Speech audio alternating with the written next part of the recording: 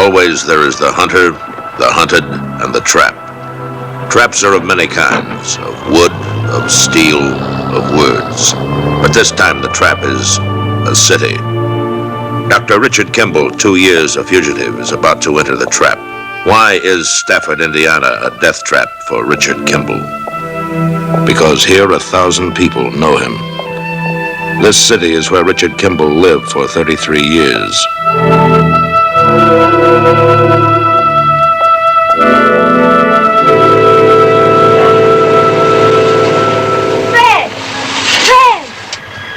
Heaven's sakes, Fred, you forgot the food. When you go fishing, have a good time and take care of your father, Leo.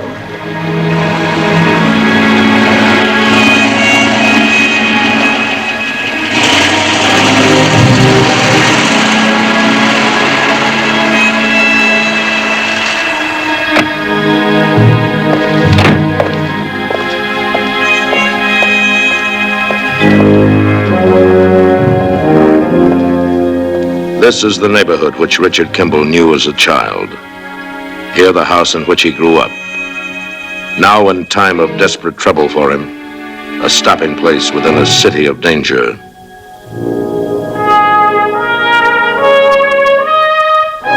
A city of danger. Because here also is the headquarters of Police Lieutenant Philip Gerard. Now, the last entry I have on the Bellamy case is, 2 weeks ago. And you didn't see this report? No? Kingsley's. For a rookie, he's pretty sharp. Not Richard Kimball. I know, his father. It's last Tuesday's paper. Oh, yes. Dr. John Kimball today made a gift of his valuable medical library to the University of Wisconsin. The gift was in the form of a trust, terms of which were not disclosed. Does this mean something? If you were away from home for a long time, would you read your hometown newspaper? Probably. Why wouldn't Kimball? Suppose he did see the item. I understand from the university that these books were the old man's prized possession. You mean he might worry about it? Try to get in touch? Phil, do you actually think he'd try to come back here? No, I guess not. No, Stafford would be the last place on earth he'd show his face.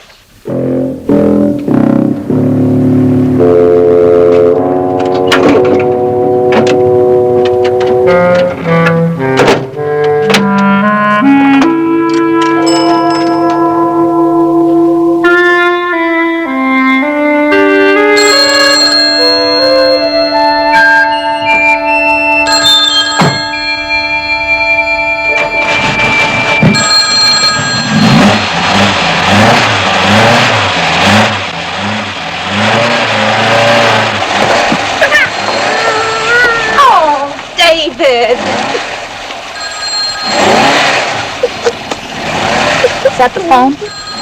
If it's one of my patients, or former patients, tell them doddering old Doc Kimball is retired. Keep an eye on him. All right.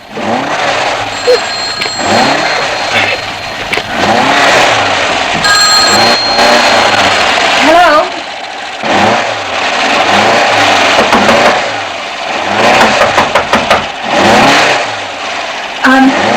Just a minute, please.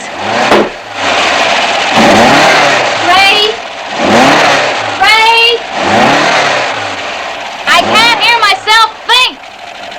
I'm going down to feel out the track, sis. I'm racing tomorrow.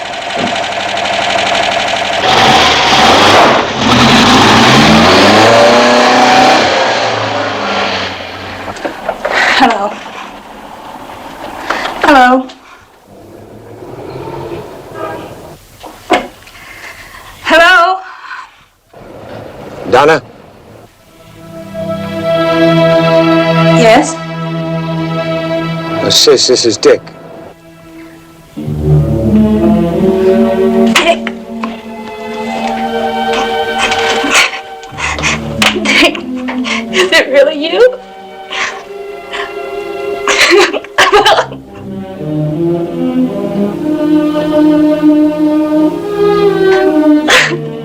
Where are you? Now, Donna, stop it. I haven't got time for you to go to pieces. Pull yourself together.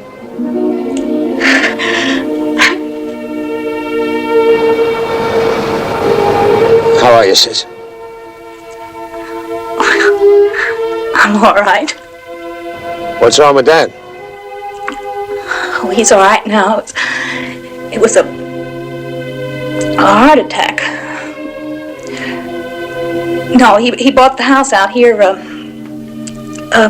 after he got sick, and I just bring the kids up on weekends. You're going to have to tell him I'm here. I want you to give him a sedative first.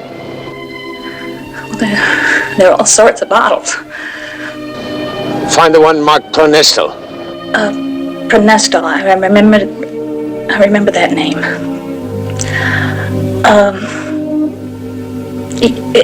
It'll take us about 2 hours to get there.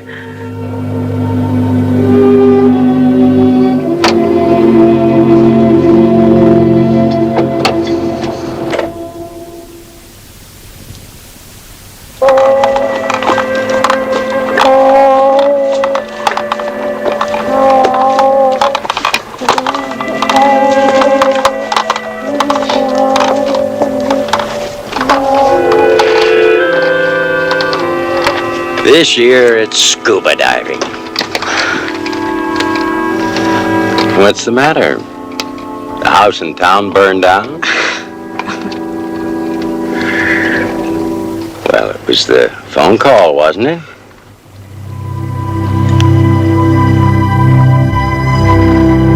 Pronestal. It must have been some kind of bad news. No. But whoever called suggested Pronestal. Not many doctors would. Of course I would, and... Yes. Where's he? He's at the old house. In the city.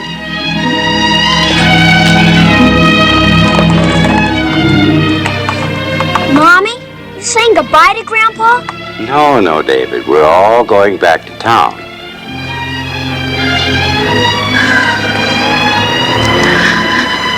What about Ray? Oh, yes, go tell him. Should I? Well, of course, tell him. You know how he's been talking lately. Wouldn't it be better if... Go tell your brother. I'll take care of the children.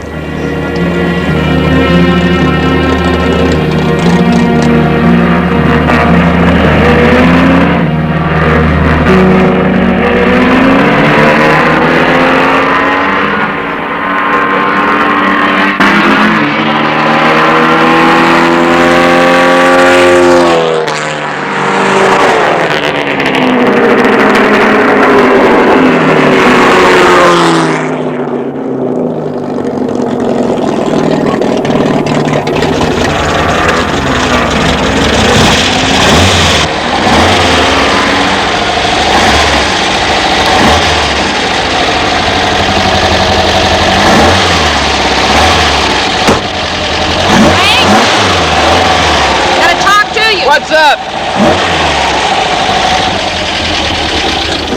Go ahead. Dick's home. Arrested? No, he's He's not gonna give himself up. no, the police don't even know he's in the city. He's over the old house. Ray? No. You've got to come. No! Don't you understand? He's home. I gotta groove the car for tomorrow's race. He's your brother. Donna, you stay off my back. Ray, you haven't seen him in 2 years. Get out of my Come home way. with us. Ray! Get out of my way!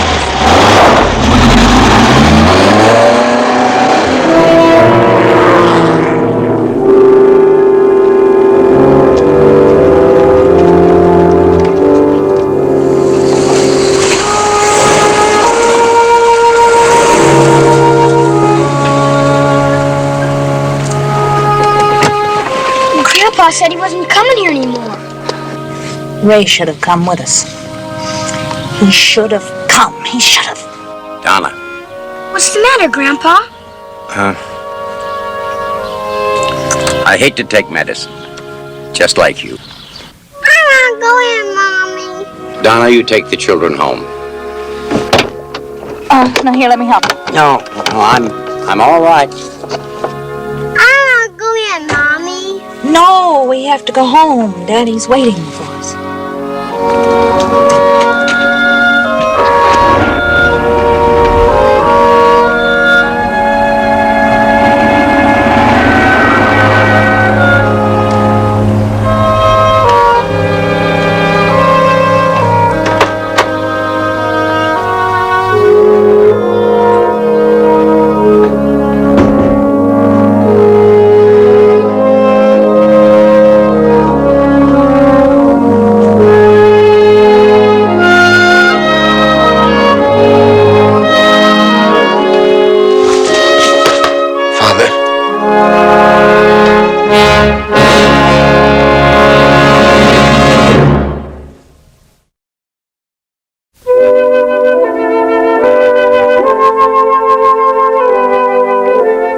And you haven't lost hope? Well, sometimes. Almost. But I'll outrun Gerard. I'll outlast him. I'll live long enough for him to see me clear. That's enough about me. How about you? How's your heart? Just simple myocarditis. How did you know something was wrong? That is wrong enough to come back here within the reach of Gerard. The Stafford Times, I hit all the out-of-town newsstands. Oh, you read the item about my library. I picked it up in Chicago about a week ago. I knew you'd never give away your books unless... It's time for me to retire and make way for younger men. Yeah, I guess these last 2 years have been enough to bring on a heart attack. Not because of you, Dick. Not because of me, then. Well, Dick, 35 years ago, I went in for pediatrics. I gave sound advice to parents on how to raise children. But I didn't take it myself. You see, you were my first son. I loved you first.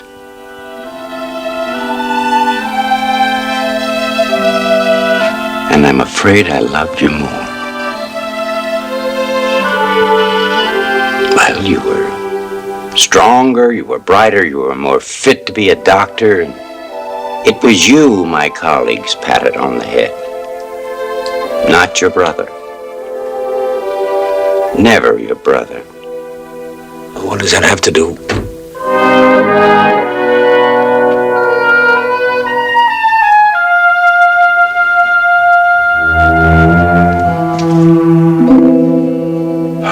It's Leonard, Donna's husband.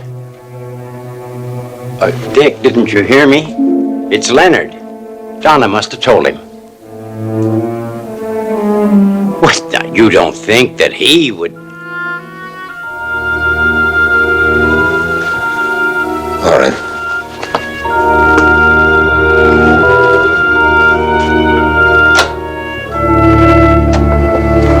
Dick, Donna told me. I had to come just for a few seconds to let you know.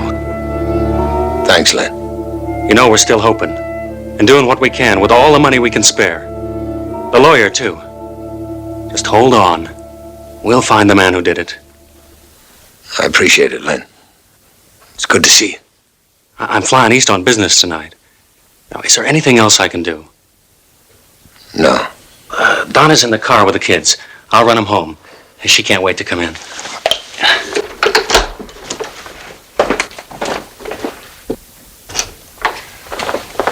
You better get your handbag out of here. Your old room is still upstairs. I think I'll go and lie down for a moment. You feel all right, Dad? The best I've felt in 2 years.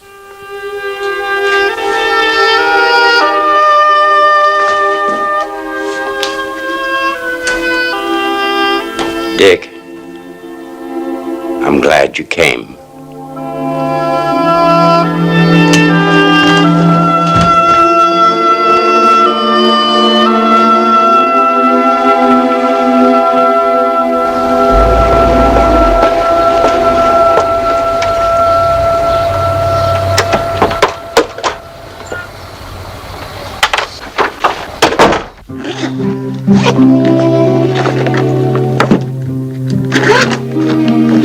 Dick?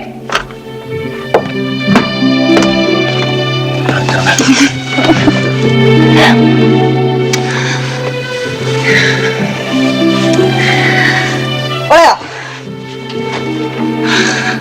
let me look at you.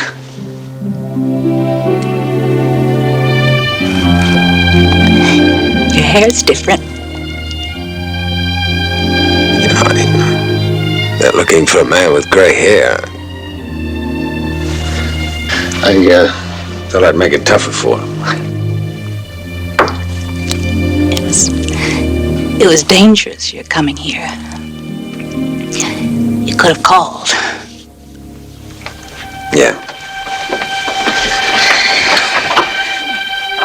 Yeah, I could have called. And you would have told me that Dad was fine, everything was dandy. Wouldn't you? What's worrying, Dad? Well, you know. It's his heart. I mean, the reason for it. All this talk about blaming himself. Me and Ray, years ago, favoritism. I don't understand what's it got to do with Ray. Nothing. It's just that he doesn't blame you for his heart attack. Ray was at the Meadows, wasn't he? Why didn't he come with you? What's all the secret about?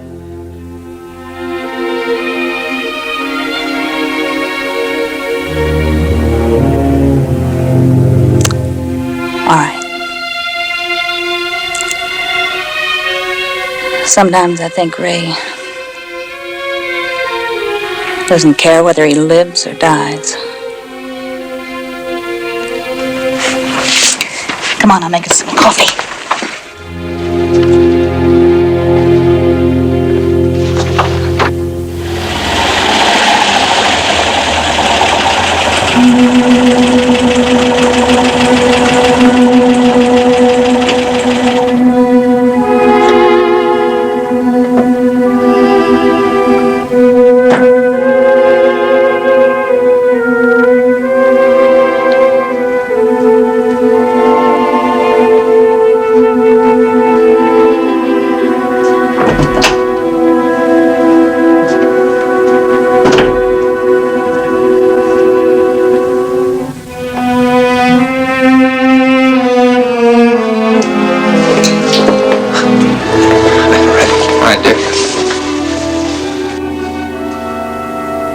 What's the matter?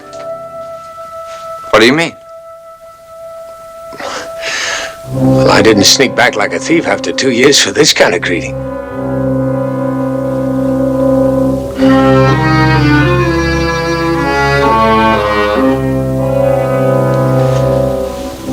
What's bothering you? You and Dan? Nothing. And Donna tells me that you're racing. That you drive like a fool. You take too many chances that could kill you. Hey, you hold a job for about 3 months. That's about it for you. You drink too much, you run around back alleys, spend over your head. You tell your friends off, you do the same thing to Donna. You weren't like this when I left.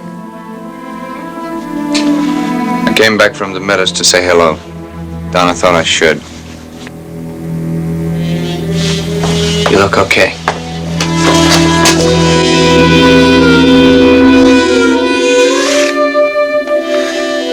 Ray, Dad is 70 years old. The human body wears out. The heart gets weak. Under a strain, it breaks. Now, my trouble is enough for him. Why you? You want to kill him? Well, what happened?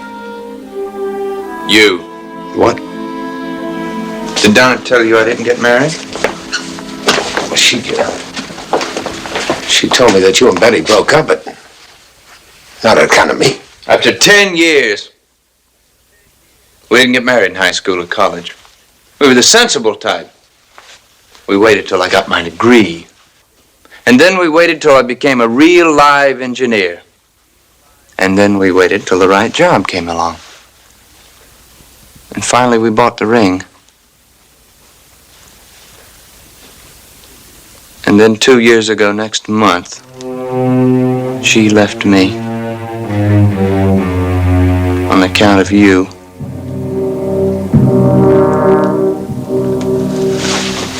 Betty, was at the trial. She stuck with you all the way through it, 3 months of it. And through the appeals, too. She fought her mother and father all the way. Almost all the way. And then you escaped. And it was Kimball in the headlines. And Kimball on radio, on TV. Couldn't get out of your ears. Well, that did it. They broke her down. Well, Ray, you're not me. That's not the way her father saw it. To him, I'm Richard Kimball's brother. And that's the way most people see it. Do you want to know about my jobs? Well, I hold them until somebody finds out who I am. A client or the board of directors. And then I'm out. Donna didn't tell me that. I guess I should have realized how tough they'd be on you around here. You blame them? What do you blame me? They do.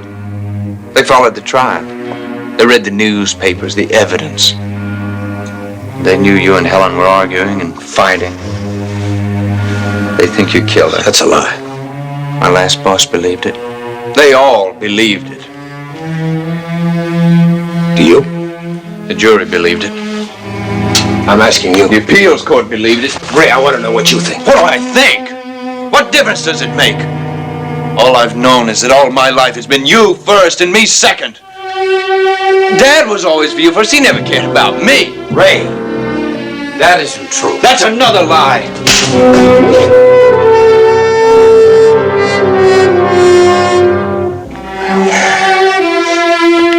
That's how it's always been. The short, hard end of the stick. Now, where are you going? I got some back alleys to visit. I'm sorry, Dick. We'll work it out somehow. Yeah, sure, even if I'm too tough an old coat to kill. It's dark, Dick. It's time for you to go.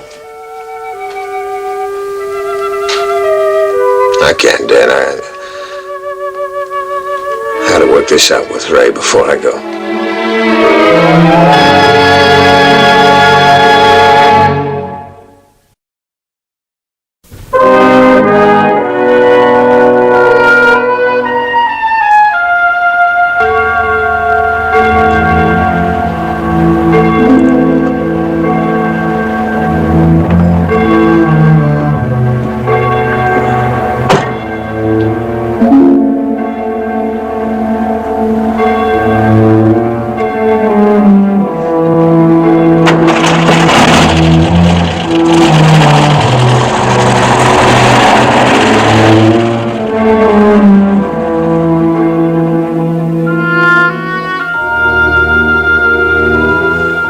I've been watching you since dawn. Watching and thinking. 2 years is a lot to make up. I waited up for Ray. hoped he'd come back. How could he think I did it? Ray loves you, Dick. I know that he does.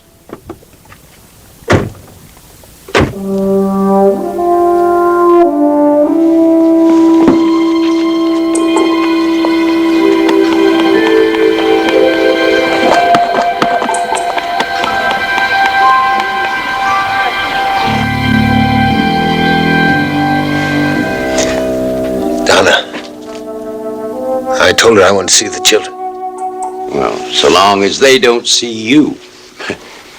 In 5 minutes, it'll be all over the neighborhood. You can watch them from my room. Come on, hurry. Shoot.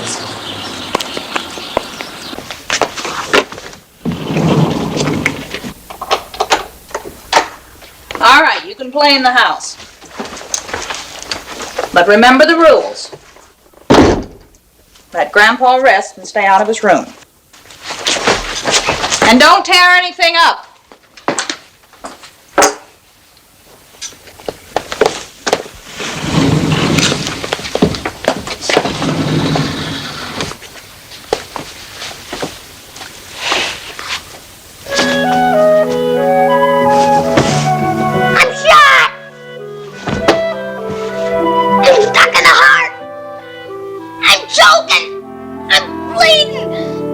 I'm starving! I'm choking! I'm starving! A wonderful kids down there. I'm freezing!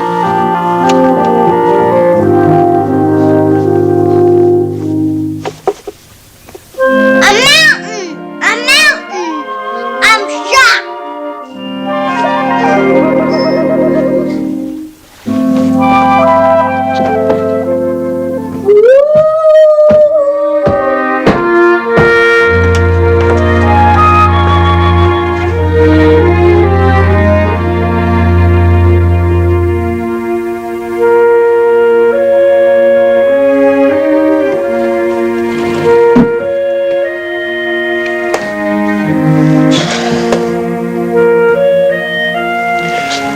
Ray didn't come back last night.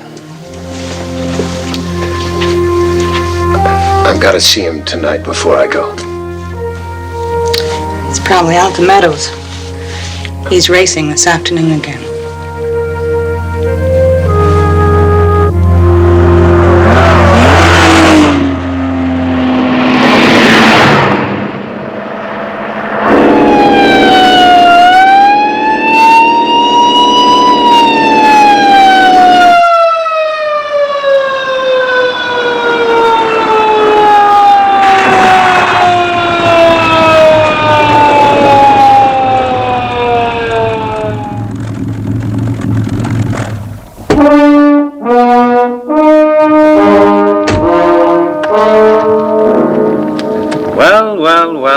Well. It must have been a mortal sin you've committed to be in such a hurry to church this fine Sunday morning.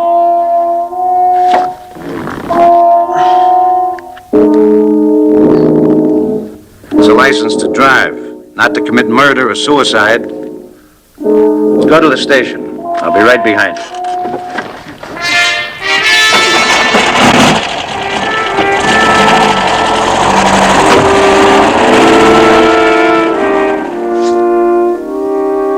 Couple of minutes, Flaherty. Come with me.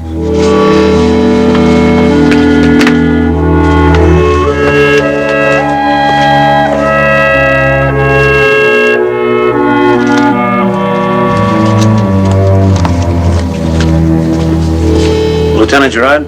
Hello, Flaherty. I just picked up Ray Kimball on a speeding charge. You want to talk to him? Yeah.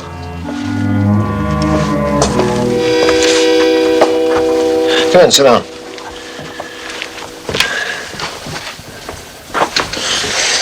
Speeding again. Gray Porsche Roadster. Bought new. 1961 by Richard Kimball.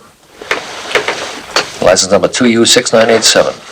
Registration transferred to Ray Kimball, October 18th, 1961. You know all about us. Yes, I do. see by the papers that you're racing this afternoon. That's right. I read about your father's gift to the university. It's a medical library? Yeah, how's he like living out of the meadows now he's retired? There's nothing to keep him here in Stafford. Oh, I didn't know he'd sold his house already. Well, he didn't. As a matter of fact, he drove in yesterday to see if everything was all right. Won't do his heart much good driving with you in a sports car. I didn't drive him in. My sister did. I should think between you and your sister you could spare him the strain of coming in at all.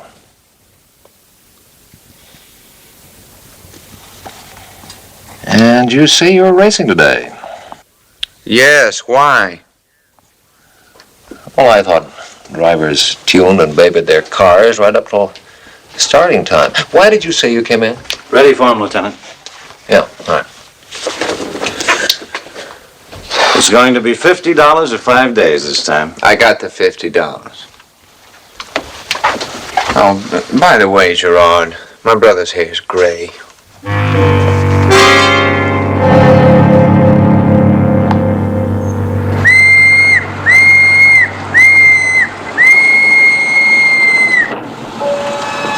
Hello, good morning. How are you today?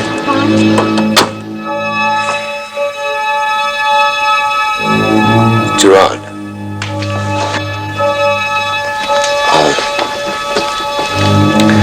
Dad, do you have your medicine? We'll take some and go to bed. You're too sick to see him. Donna, let him in. Act as though you have nothing to hide. Keep the children out there. Donna, the coffee cups.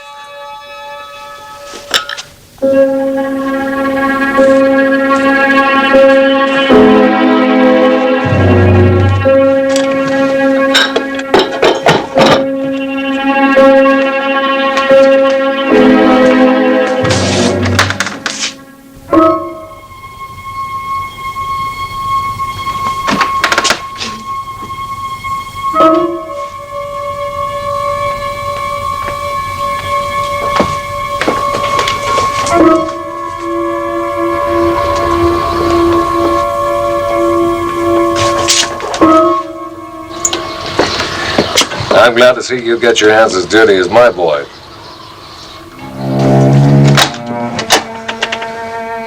Lieutenant Gerard?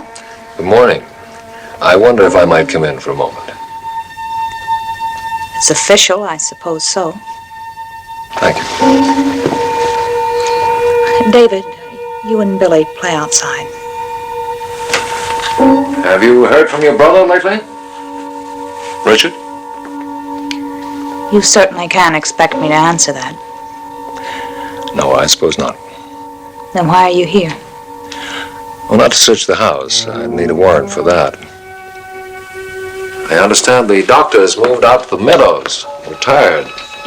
I was sorry to hear about his illness. Sleeping.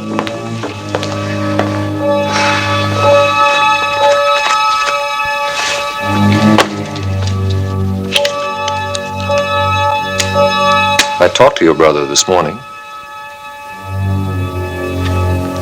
Ray? Mm-hmm. What's he done? Speeding. He paid his fine.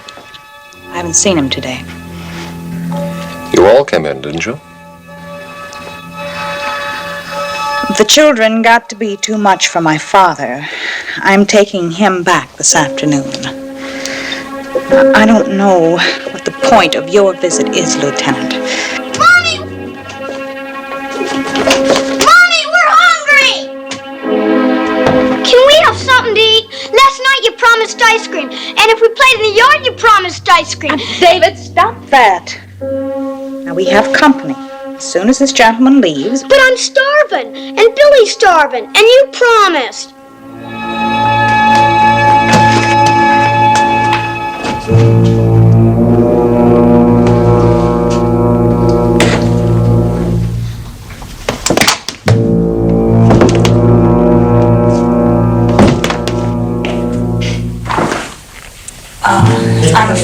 You will have to excuse me. Of course.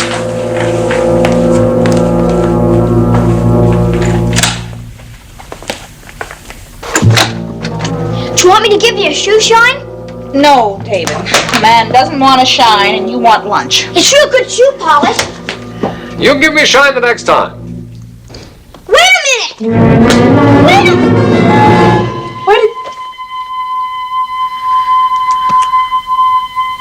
I'll keep the shoe polish, David. You go on back outside. 5 minutes, I'll have lunch for you, okay?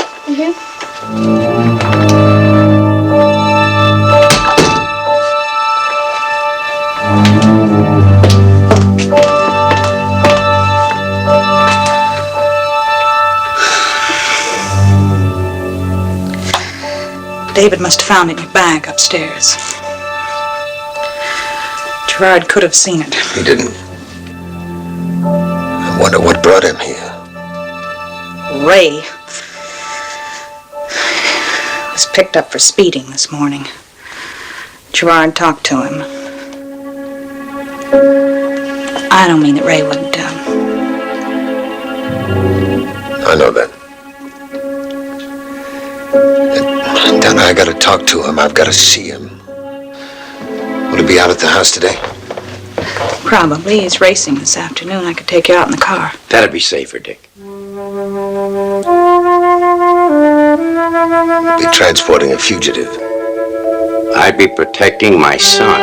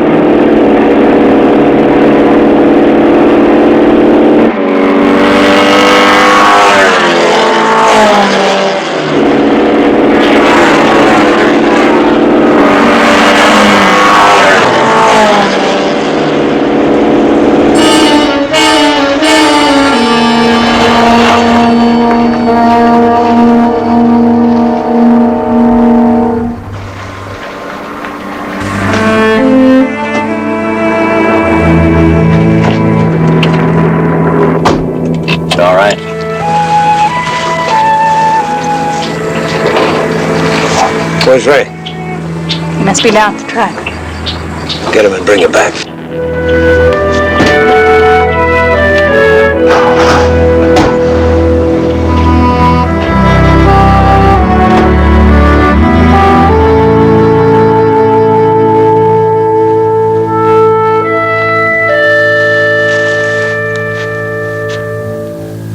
What will you say to him? I don't know. Before I go, I've got to make him believe I didn't do it.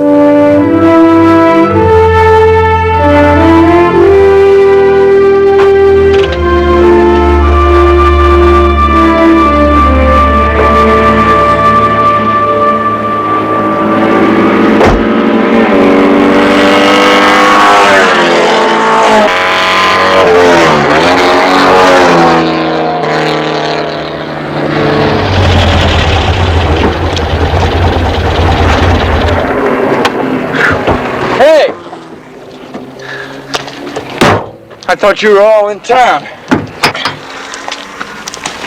Dick's here. Where? He's up on the hill. He has to talk to you. I got nothing to say to him.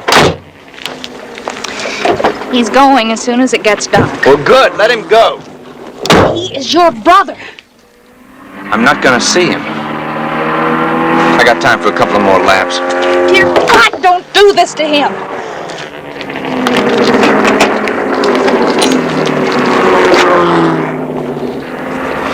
Hey, wait. Does he know that... Go tell Dick. Donna. You go. You can drive off the course out on the far side of the track. He'll never see you. I'll stay here and talk to him.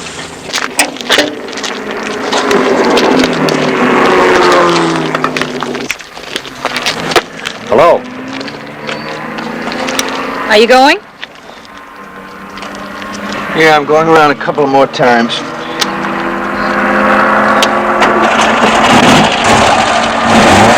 Ray, be careful.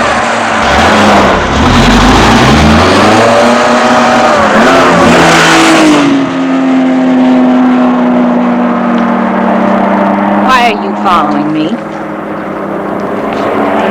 I'm not. I thought maybe I could have another talk with your brother about...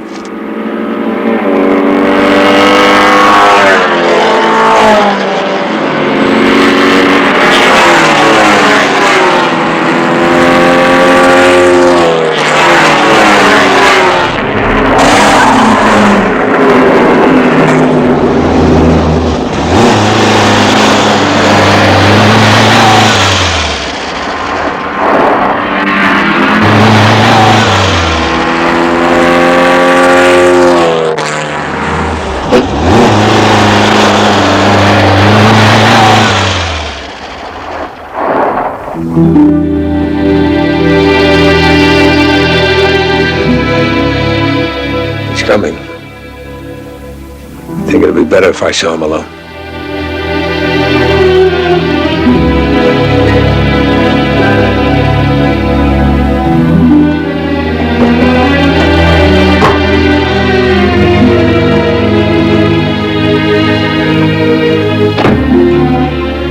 Gerard's here. You hear me? Yeah, I heard you. He may be onto something. You gotta get out. Ray, why do you race? You never liked it before. You were afraid of it. What are you trying to do to yourself? Can I mess things up any more than they already are? Dick, Gerard. He's down there at the track. I know everything's blown up in your face. Your work, your marriage, me. Especially me. But if I'm caught, people will forget. I don't want you to get caught. I don't intend to until I'm cleared, but until then you gotta work out some kind of decent life for yourself. With your ghost hanging over me? Forget me. Forget what happened 2 years ago? You can't make yourself say it, can you? You can't get yourself to say that you think I killed my wife. I didn't say that. But you thought it, didn't you? Look, I lived under the same roof with you. I ate at the same table. When you were a little kid, you got scared. You used to come in and crawl into my bed. You see any killer in me then? Can't you believe me? I want to. I've tried to.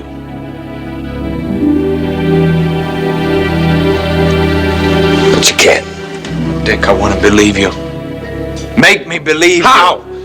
What am I supposed to do for you? Live the million pieces of our lives over again? Yours, mine, Dad's?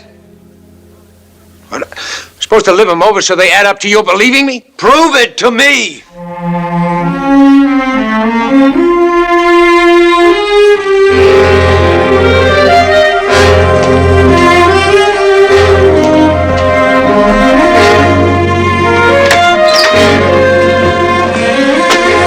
What are you gonna do?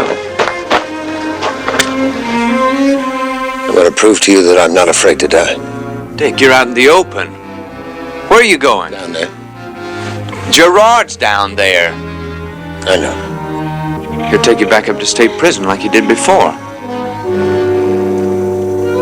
Some things need a lot of proof. No, wait a minute, Dick. I can't let you. If there was any other way to prove it, I wouldn't. This time they'll kill you. The idea doesn't frighten you too much after you've been on the run a couple of years. But running, at least you stay alive. You buy time. Time to what? Time to tell myself my brother thinks I'm guilty. No, wait. You mean you'd go down there? And you'd let him take you just to prove to me that you aren't. If I were drowning, wouldn't you jump in for me?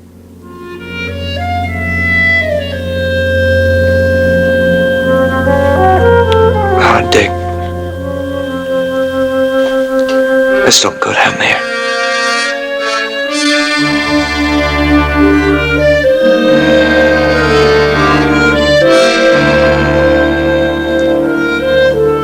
Get in the car. I want to say goodbye to Dad.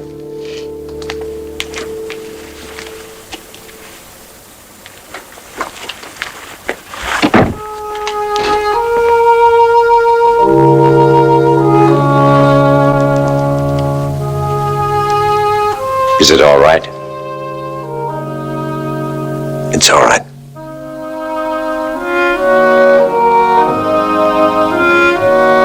Ray's gonna drive me out.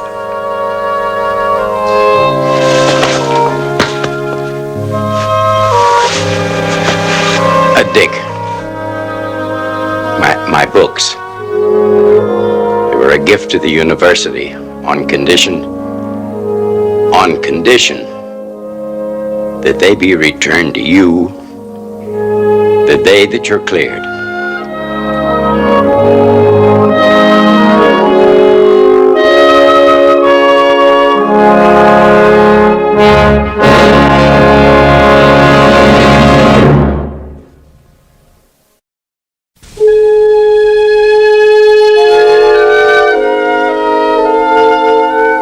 What made you think Ray came here?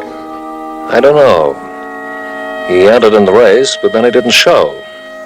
He's been thinking of giving up fast cars. Maybe he made up his mind just before the race. Well, I'll tell him you were looking for him. Yes. Well, thank you, Doctor.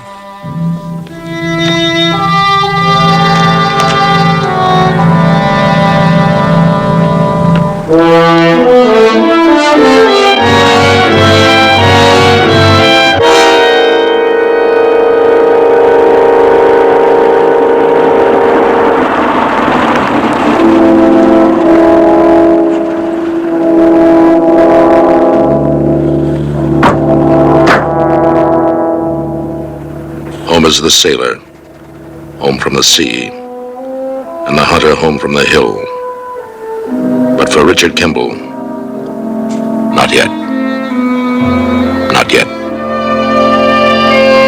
Come on, honey, we haven't got all day. I'm sorry, Harlan. I am trying. I don't think he likes me.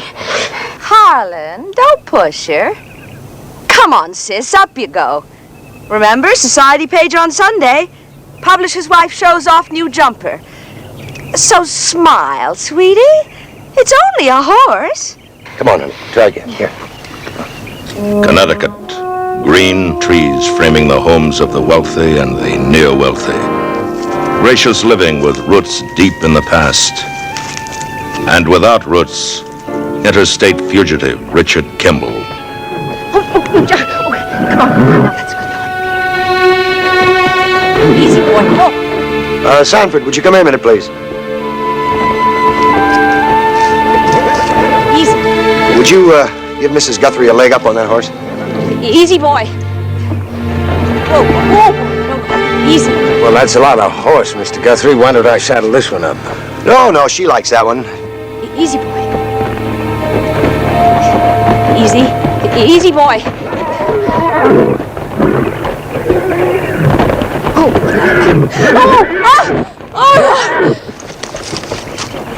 Whoa! Whoa!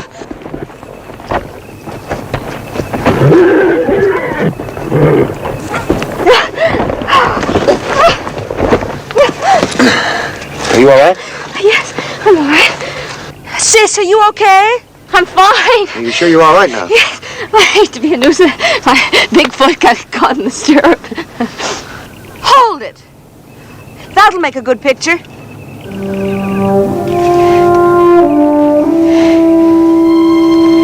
Well, that's no good. What's the matter with you, Sanford? Are you camera shy?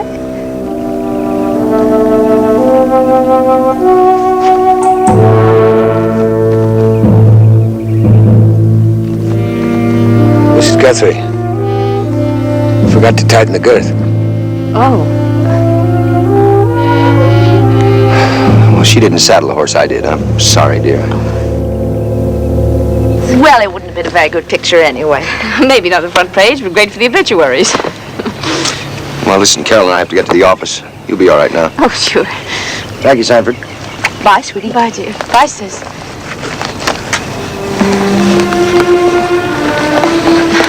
Sanford, I haven't thanked you yet. Would you like me to saddle you a different horse, Mrs. Guthrie? No, thanks. I haven't had breakfast yet. I guess I better get up to the house.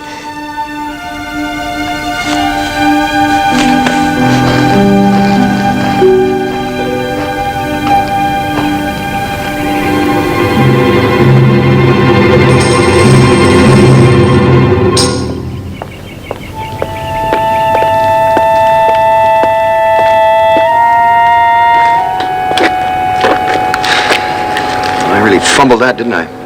Fumble it? My love with a capital F. Now look, suppose she'd only hurt herself. Broken leg, twisted an ankle. Right, it was a bad choice. I'm sorry. Or better still, a wheelchair case. Now, how would you like that? Pushing her around all the rest of our lives in a wheelchair. Poor little Annie. Or I should say rich little Annie.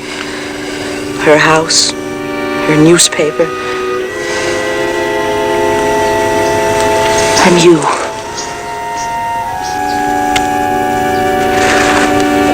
Listen, why don't we go away someplace? We'll just call in and tell them we're out on a story, huh? Some story. He's very handsome, isn't he? Who? Sanford. Cut it out, will you? And young, too. He's younger than you. You kidding? You know, sometimes I wonder about you. You say you want me and... Of course I do. Why, because I'm married to Anne and you want anything she's got? Anything. I want everything. Find a better way, my love. One that's more final.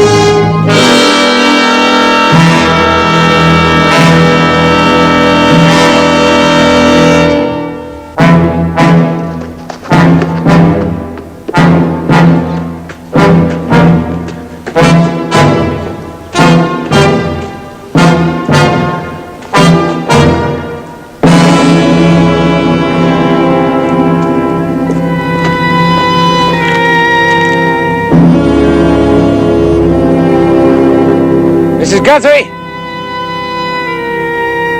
Mrs. Guthrie!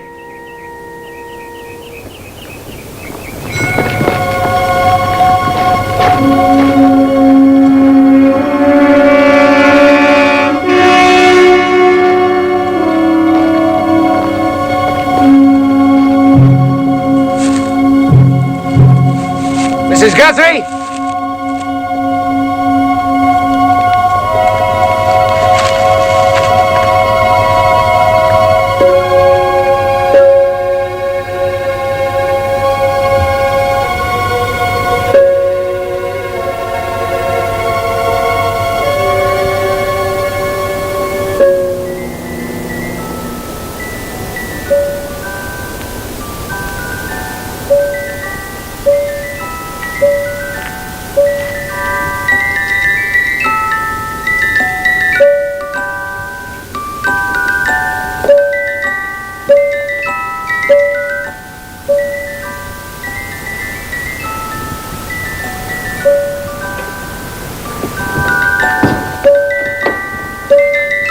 Hello, Sanford. Say hello to Sanford, Esmeralda.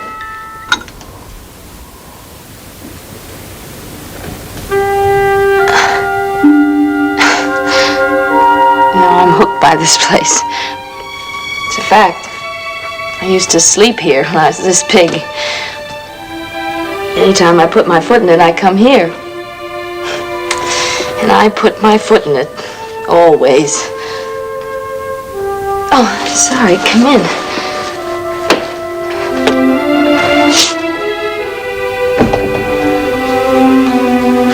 Can I have a look at that? Oh.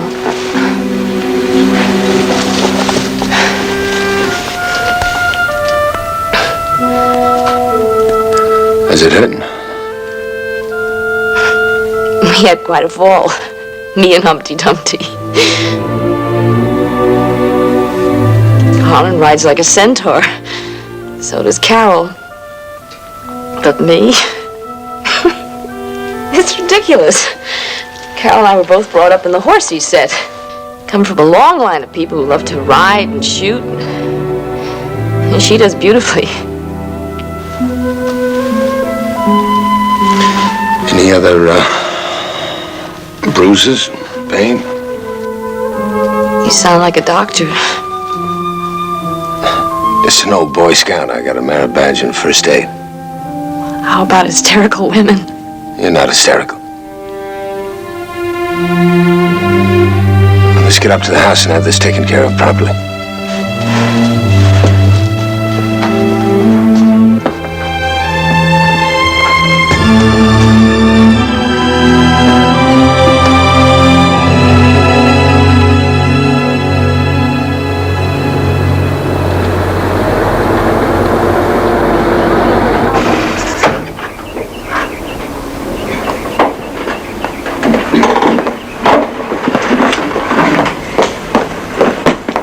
Why, Mrs. Guthrie, what's happened? All right, Hannah. Wipe off that look. I'll live.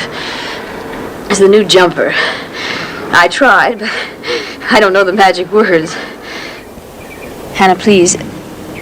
I'd rather you didn't mention this to Mr. Guthrie. Of course, ma'am. I think she'll be all right, but you better call the doctor just in case. Very well. Sanford, Did I say thank you? Yes, you did.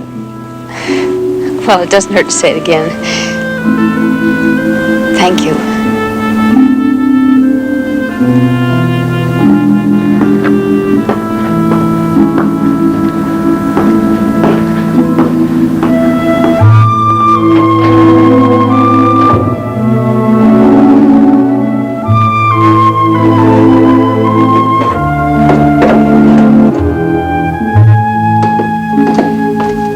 No 50 laps? I thought you'd be down by the pool this morning, darling. Oh, I'm saving myself for the Olympics. Good morning, Sanford. Miss Willard. This all right? It's a little high, Sanford. Would you mind lowering it? Thanks. Darling, how did you do that? Oh, skipping rope.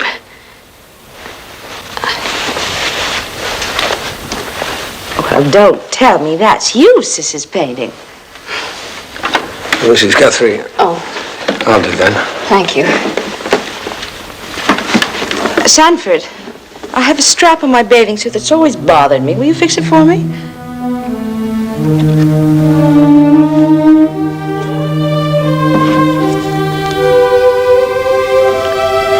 All right, Miss Willard. It's just fine, Sanford. Handy man to have around the house, isn't he, darling? Well, let's get started. Oh, Sanford, would you mind waiting a few minutes? I'd like you to pick up some extra paint for me when you go to the village. Of course, it would be better by the swimming pool, but beggars can't be choosy. The socially prominent Mrs. Guthrie had a socially prominent hobby. Anything to increase Harlan's circulation. Oh, and you do increase the circulation, darling. You do. Oh, have I said something I shouldn't? Like this? Hold it.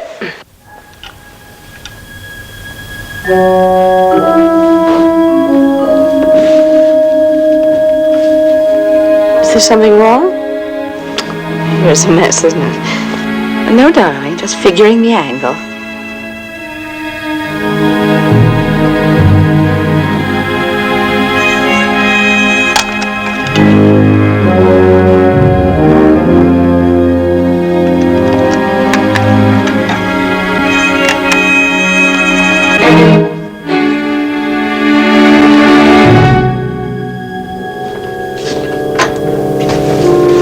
Oh, Carol. Do you have that layout? Harlan? Where did you get that? The morgue. Every good newspaper should have one. Richard Kimball. Is he really Richard Kimball? Mm-hmm. Well, you have a sharp eye.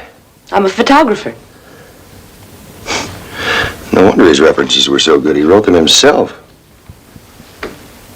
We have an exclusive, my love. That's right. Nobody else knows, do they? Well, we'll set it up with the police. Wreck it in the Clarion. Copyright it. Hit all the wire services. Wait. Let's keep it exclusive till afterward. After what?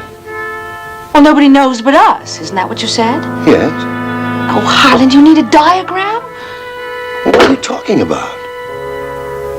If anything should happen, if there should be a murder, who are they going to blame? You? Me? Or a man like Kimball? He's killed one woman already.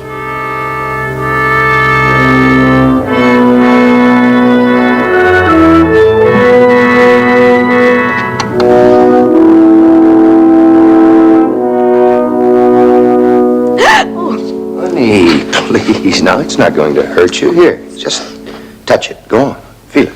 It's not going to hurt.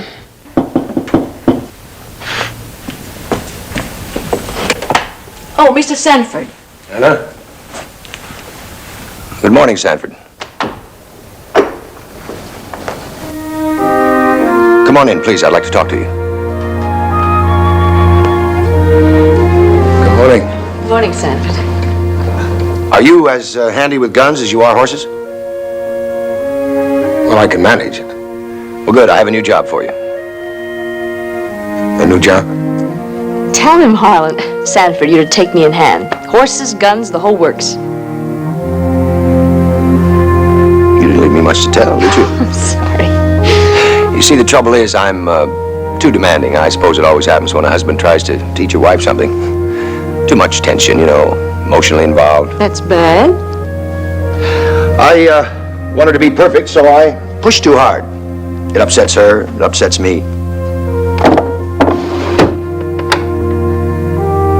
So I'd like you to take her in hand, try to get over her fear of horses and guns. I want you to learn, you hear? Meet the new Annie Oakley. Will you do it? Well, it'll take time, Mr. Guthrie. Take all the time you need. Harlan, are you ready? Oh, come in, Carol. Well, off to work. You two make whatever arrangements have to be made. Bye, love. Bye, sis. Bye, dear. Well, where do we begin? Sanford? Oh, come on, it's not going to be that bad. Well, don't expect miracles, Mrs. Guthrie. Well, why not? They've happened before, haven't they? He'll be proud of me. Just a small miracle. That's not too much to ask, is it?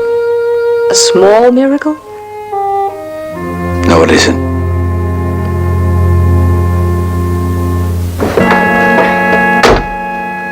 And you're quite sure she bought it? Are you kidding? She lapped it up. You'll be able to get plenty of pictures. Good. I can see it now.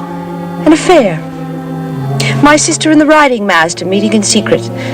A lover's rendezvous. And then she finds out who he is. She's appalled. She wants to break it off. That's the story. There's a quarrel and he shoots her. Yes, we'll make certain you don't miss, my love. Now, all be sure it was Richard Kimball.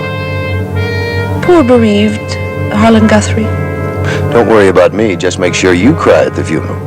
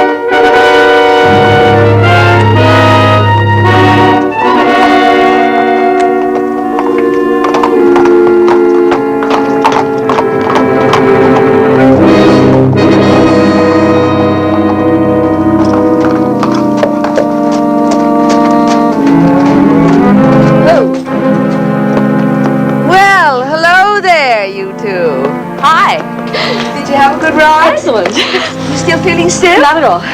It's pretty sharp, huh? We're just starting, Mrs. Guthrie. Watch it, Sanford. She's a married woman.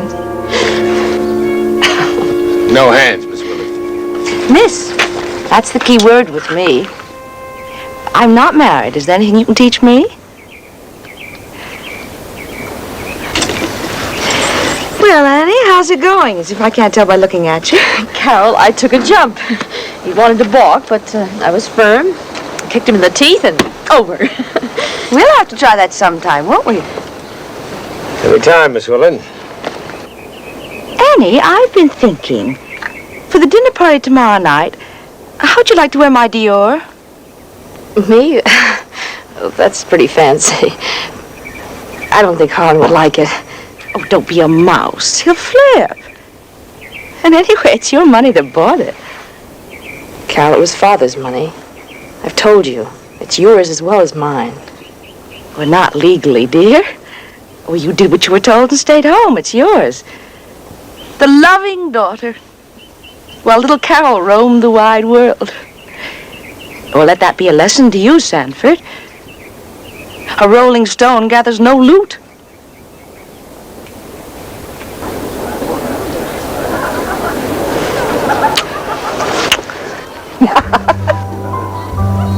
Look, until Anne is gone, we have got to be very careful. Now, you know that.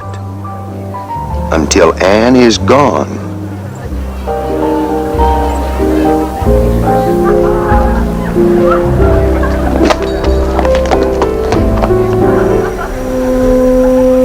All right. Oh. What am I loaded with, blanks?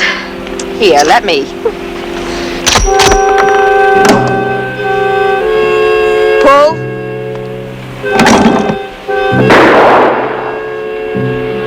Look at that. You're knocking them down like clay pigeons. When you aim at something, sweetie, you must want to kill it. Right, Sanford? Here, try again. And that's enough for now, Mrs. Guthrie. Well, she's only just getting warmed up. The shoulder's going to be black and blue as it is. Of course, Sanford. I never even thought of that. You know, sis, I think you better stick to home economics. This outdoor stuff just isn't for you. Isn't that right, Sanford? Well, I better get to the office. Gotta go change. See you later. Bye, Sanford. Well, Anne Guthrie. All thumbs. It isn't that bad. Well, sure, I'm good. I'm good for nothing. You missed a few. A few? I had a perfect score. I missed them all. Sanford, you've hardly spoken all morning. Sanford, what is it?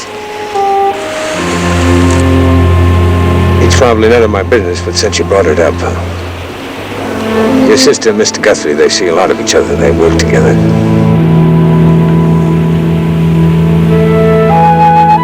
Are you trying to tell me something? They were together last night. Yes, dancing. My husband and my sister. They weren't dancing, they were talking. There's no easy way to tell you this. But I got the feeling that it's dangerous for you here. Sanford, I think you have too much imagination. You know, this tears it. You better pack up your things. You're through.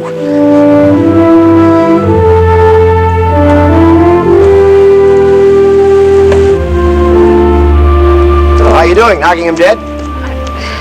Listen, Carol and I'll be a little late tonight. It's Thursday. Harlan, What's the matter? do you need a gossip columnist for the Clarion, dear? If you do, there's your man. What are you talking about? He's been saying you and Carol are an item. It's been what? I don't want him around here, Harlan. Just pay him off. Get rid of him. Fire him.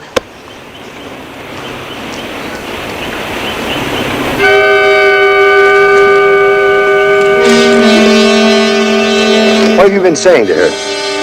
Pay me off, Mr. Guthrie. I'll leave. What have you been telling her about Carol and me? I'm sorry I gave her the wrong impression. There's a bus out of here at 10 o'clock tonight. I'd like to be on it. Well, I'll have to go down to the office and get the cash for you. I'll meet you back here at 9 o'clock, all right? All right. Meantime, you get packed and ready to leave.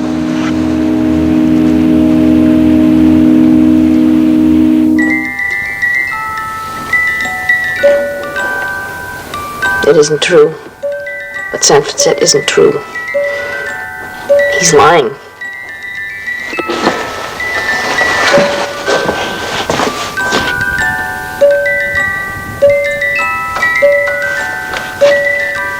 Sanford is lying.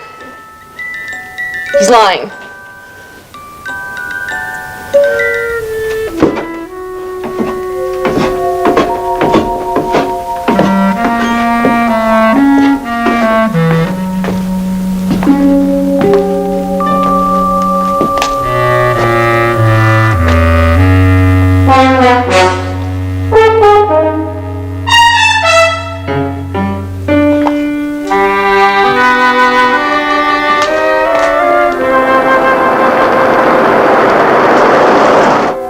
Yes, well, that's why I called. I wanted to make sure everything was all right. Couldn't be better now. You just relax. I'll be home in a couple of hours. Harlan? Yes? I love you. I love you, too. Well, then I am relaxed.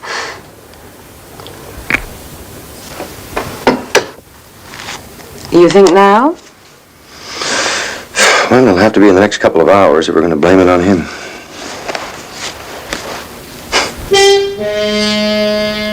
Well, sure are good pictures. If I didn't know better, I'd swear there was something going on between the two of them. Why, there is. That's the story tomorrow. Harlan, don't do it in the house. Hannah's there. If I know my darling Anne, she will run right to the garden house. She always does when she's upset.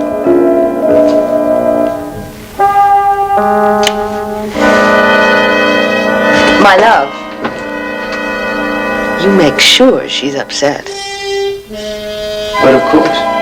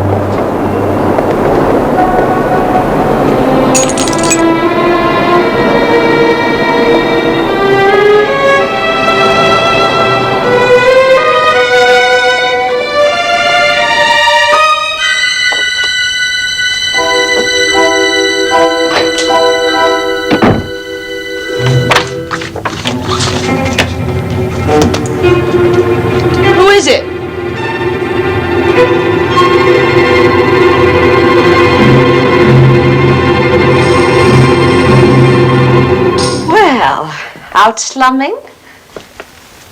Where's Guthrie? What happened to that formality, Sanford? You mean Mr. Guthrie? Where is he? We stepped out for a moment. What'd I do?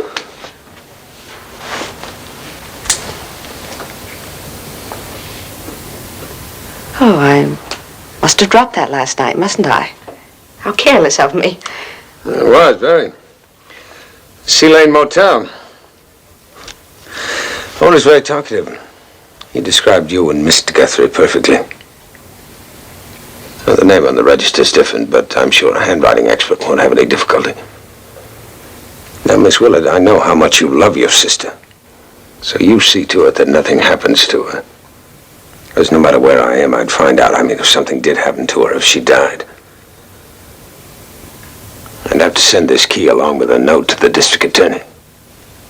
A note? All about you and Mr. Guthrie in the Sea Lane Motel. You've been there quite often. You know what they say when there's a murder. Find the motive. Sanford, I don't know what you're talking about. Want a little advice, Miss Willard? Go back to traveling.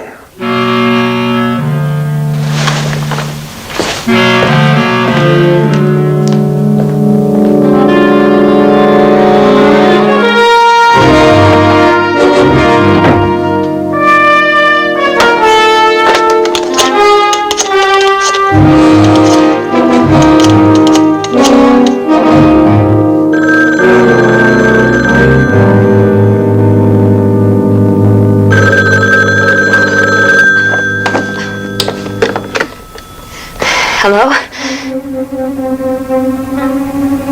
Hello? Hello?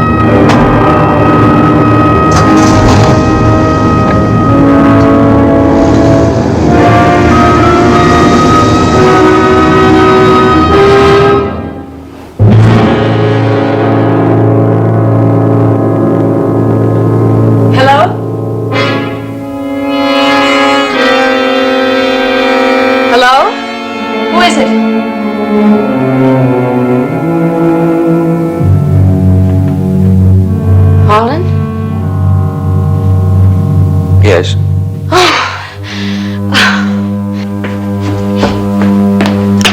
I thought I heard somebody. Oh, I'm glad you're here. I must look awful. Just took off my face. Have you? Doesn't look any different to me. You know me. I do the best I can. Oh, you know, the phone rang before. I answered and no one spoke. But there was someone there. You know that feeling, someone breathing? Johnny, don't look at me that way. I don't know whether it's passion or love. Love? What do you mean, love? Well, I know it's a four-letter word, but you don't have to make it sound like a four-letter word. Darling, don't just stand there. What is it? Well, you don't know, do you?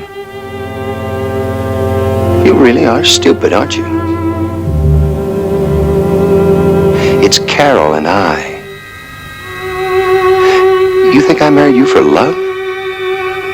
No. I married you for your money, and your house, and your newspaper. It's been Carol and I since the first day she got here. You think we've been working night and day at the office? Well, we haven't been working. Don't. Please don't. I don't want to hear any more. Where are you going? He was right. He was right. He tried to tell me. Oh, Sanford. What do you want from him? Some kind of comfort? He won't comfort you. He's got his own problems.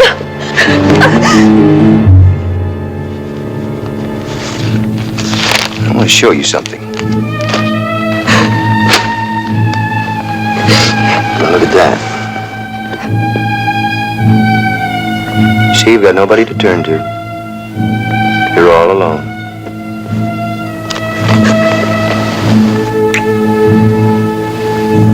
All alone.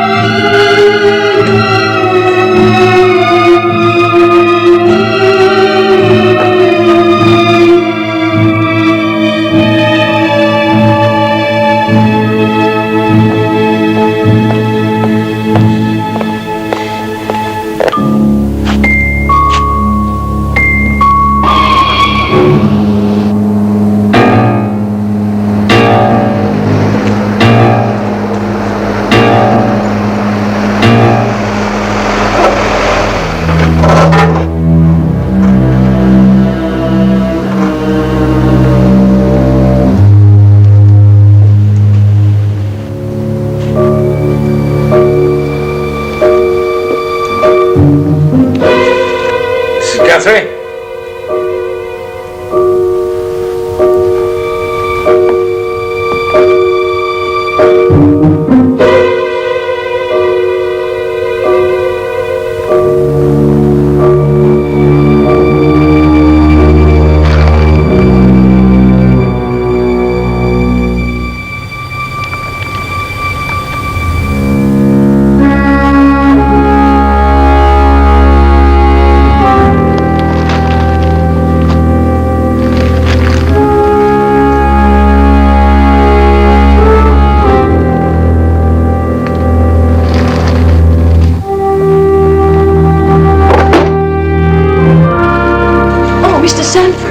Something's wrong?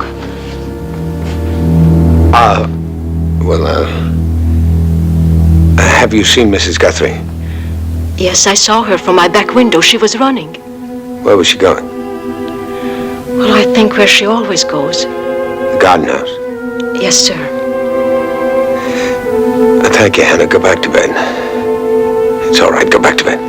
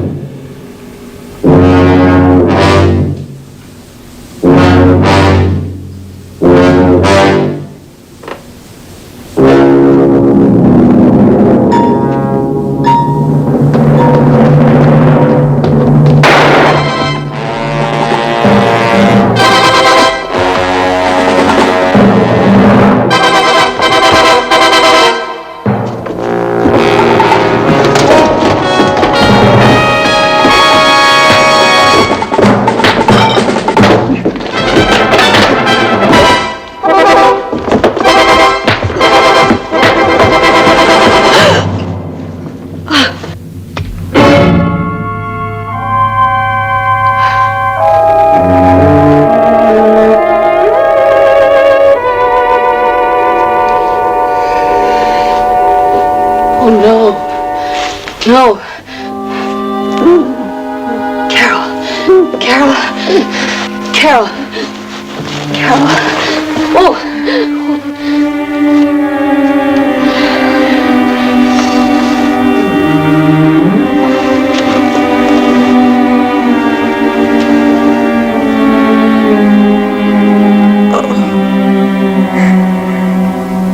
That's such a pretty plan. Harlan thought I was you. That's a blow to my ego, mistaking me for you. Now don't talk. Me not talk.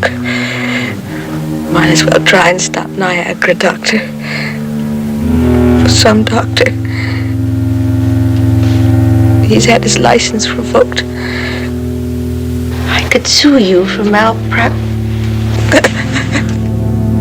Carol. Oh, good little Annie. Always the good one. That's why you had everything, isn't it? Carol, don't die. Don't die. I will if I want to.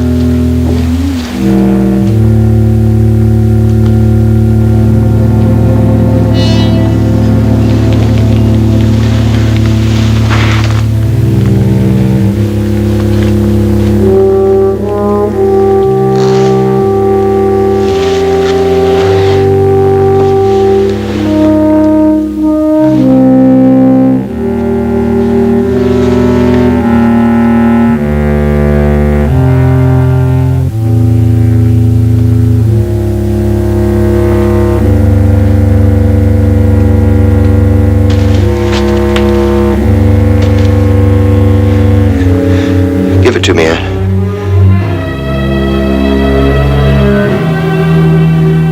the gun. And then we'll call the police and we'll say he did it.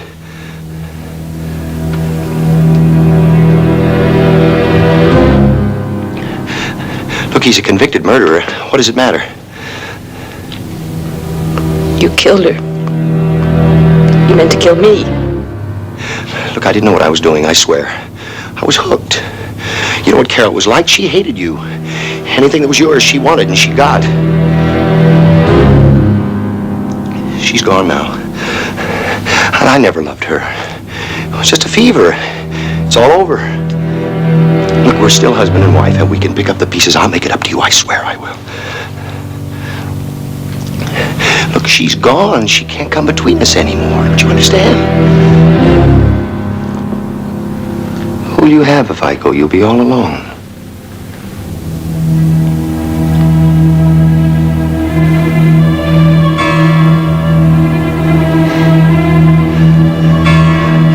Give me the gun, Ann. The worst things in being alone, Mrs. Guthrie.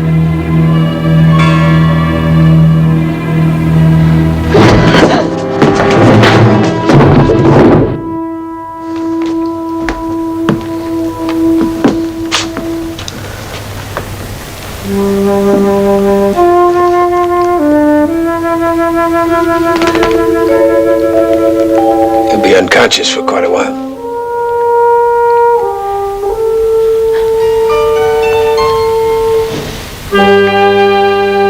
I'll call the police.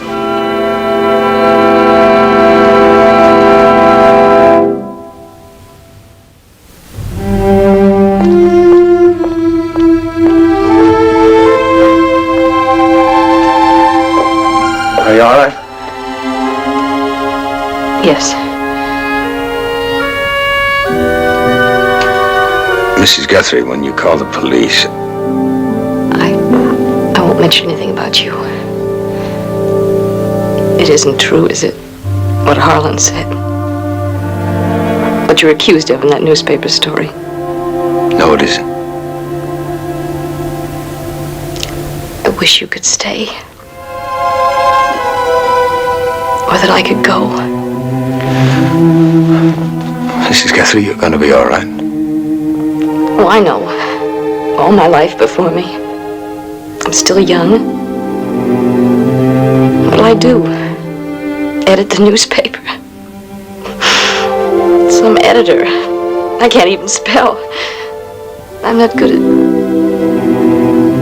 Yes, you are. You'll be very good. I'll try.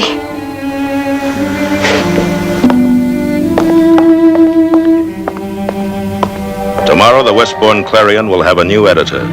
One of the paper's first editorials will be a plea for innocent men pursued by the Furies. Men such as Richard Kimball, the fugitive.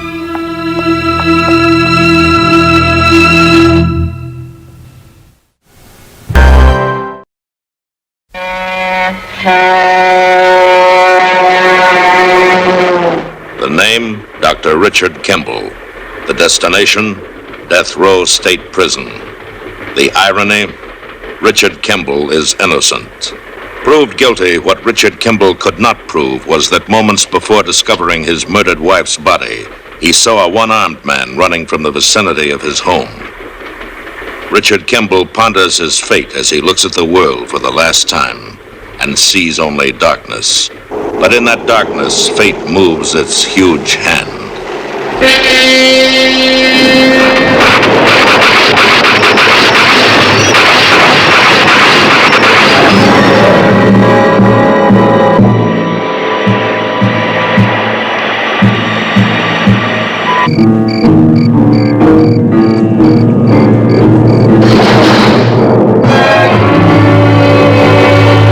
The Fugitive. A QM production, starring David Jansen as the Fugitive, with special guest stars Vera Miles, Brian Keith, Harry Towns, also starring Barry Morse as Lieutenant Gerard. Tonight's episode, Fear in a Desert City.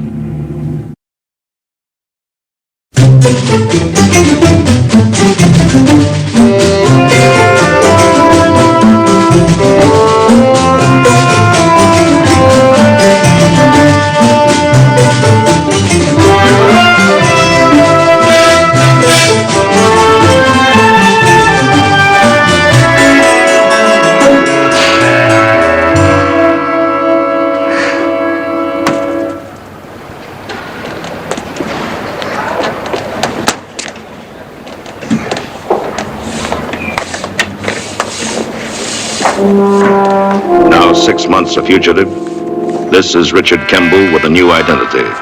And for as long as it is safe, a new name, James Lincoln. He thinks of the day when he might find the man with one arm. But now is now. And this is how it is with him.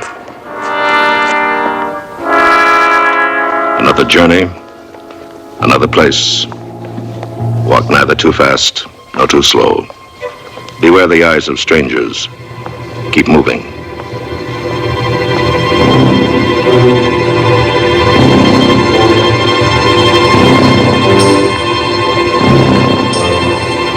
The right one? Or will it be a mistake? Is this the trap where it will end?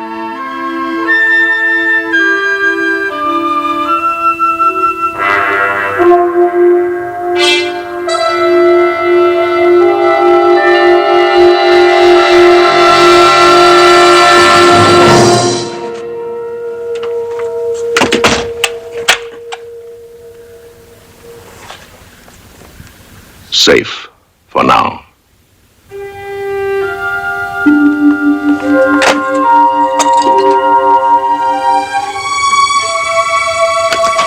Another room. Windows look out and look in. Get busy.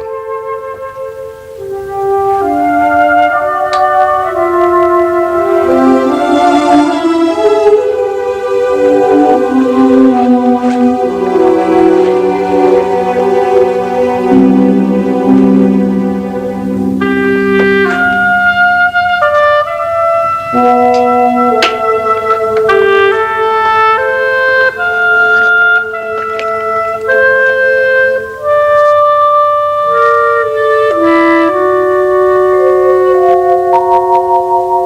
closely. Be sure of this, they'll never stop looking. He'll never stop. Not Lieutenant Gerard. Somewhere in here. I'm sure of it. What about Mexico? He's near enough. Oh, he'd be the Yankee. Someone different.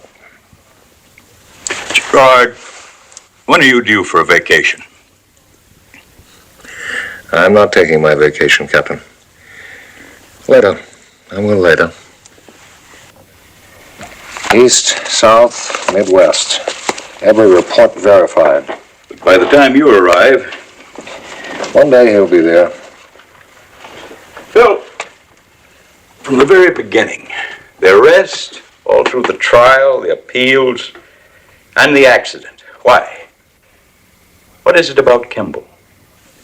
I enforced the law. The law pronounced him guilty. I enforced the law. What are you trying to convince yourself of? I remember his defense. A man with one arm running from the direction of the house. Phil, I'm beginning to think that you believe there was such a man. No, I did everything I could to find him. Meaning that he didn't exist, or that he escaped. And if he did escape, the law made a mistake. Captain, whether the law is right or wrong is not my concern. Let others debate and conclude. I obey. But when I begin to question, doubt, I can't permit it. Others found him guilty. Others were about to execute him. I was merely an instrument of the law. And am.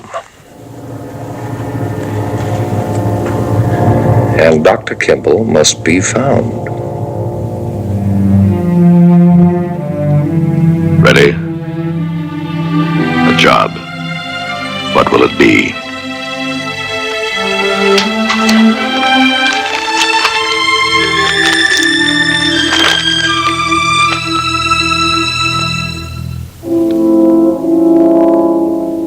Make no mistakes.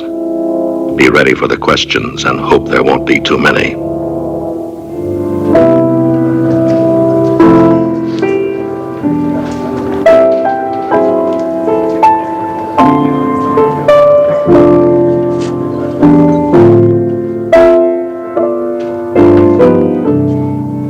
Be fast, Lincoln? I worked in Reno. Well, you won't have to be fast tonight. But tomorrow is Saturday. Bring your roller skates. Take over. It's all yours.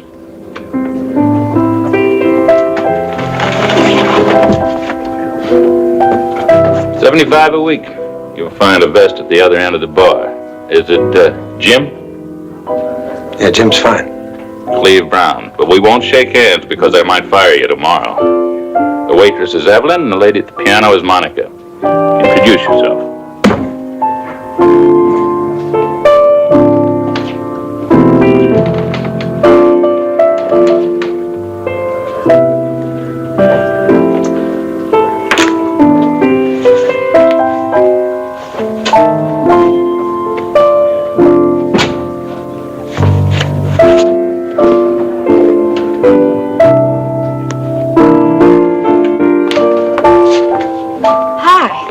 I'm Evelyn. My name's Jim Lincoln.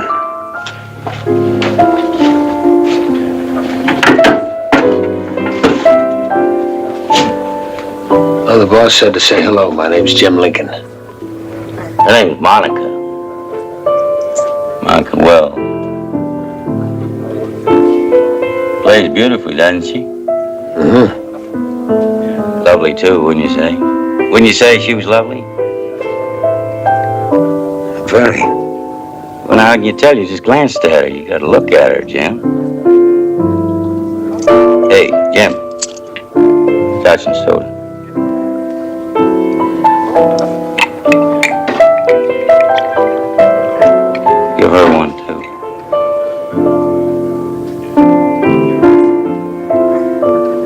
isn't drinking. Maybe she would if you bought it, huh? I'll pay for it.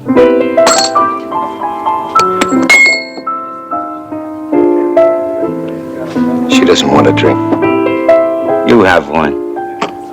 I make it a rule never to drink when I'm working. That's a real dandy rule. You make that up all by yourself? Jim.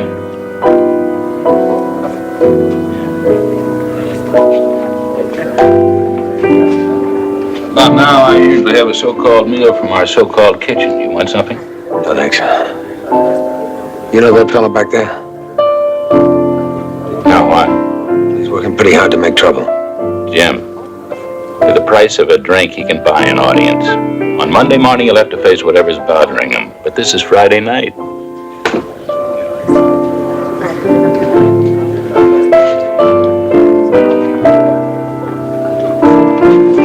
Hey, what were you saying to him about me? What makes you think I was talking about you? I don't like you, Jim. You want to remember that? I don't like you at all.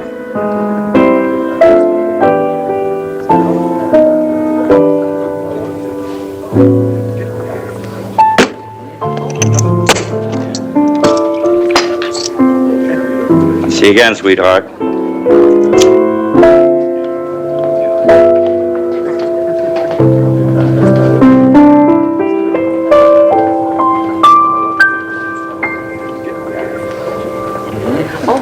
Please have a drink.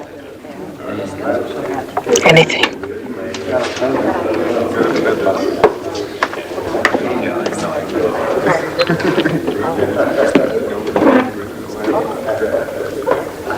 Thank you. Do you know that fella? Oh, you tell me if it's none of my business. You know, sometimes these worshipers... He does not worship me. Thanks for trying to help. Meaning it's none of my business. Meaning it isn't fair to involve you. One bourbon on the rocks.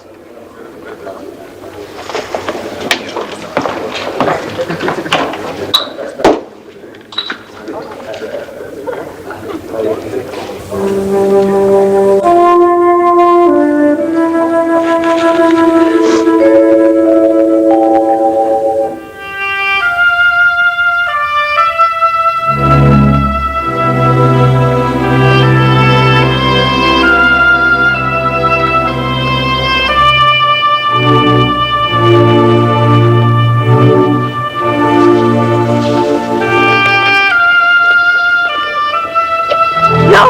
Please! No! No! No!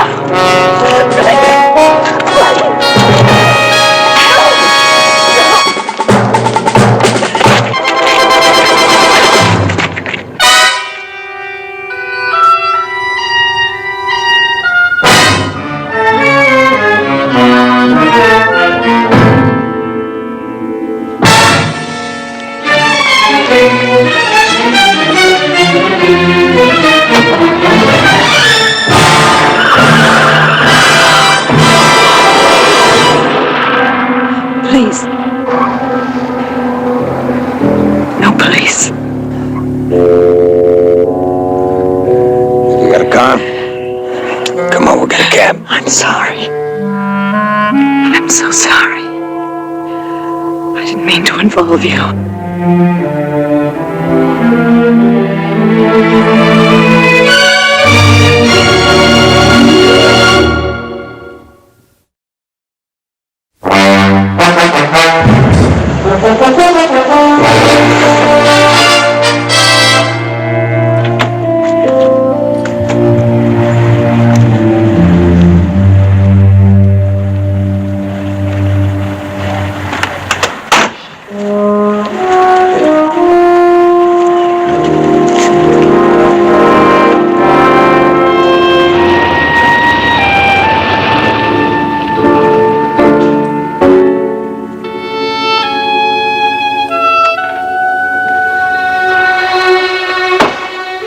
Is everything all right, Miss Blaine? Oh, yes, he's fine. Good. Oh, that's all right. I'll get my money tomorrow.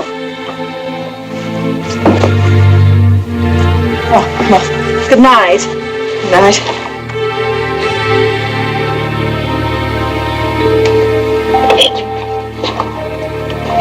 When I asked you not to call the police, I had a very good reason. That man is my husband. You want to leave now, or you want to stick around and hear the story of my life?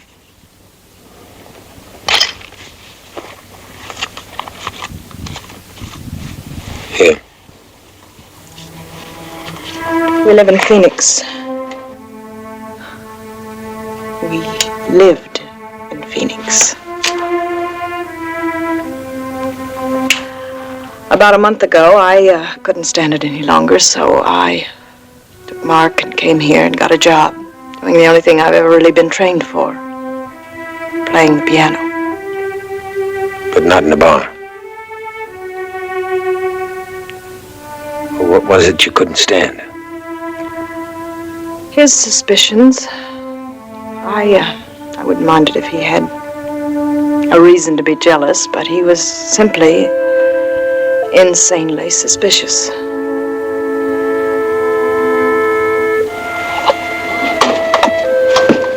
When we were married, I was considered the luckiest girl in Phoenix. Ed was almost his name is Ed. Almost the perfect husband. He was a little jealous then, but I was 18 and I was flattered by it. A month after he left for Korea, I found out I was pregnant. I was so happy, I ran 3 blocks in the rain to mail the letter. When he wrote back, there was just a hint of an accusation. But I answered, pretending not to notice, and he never wrote that way again. When he came home, day by day, he began to grow more and more suspicious and violent. His face changed. He doesn't look like the man I married. And he won't let you go? No. After a month of peace, he found me. He walked into the bar and he had a drink and left without saying a word. As you know.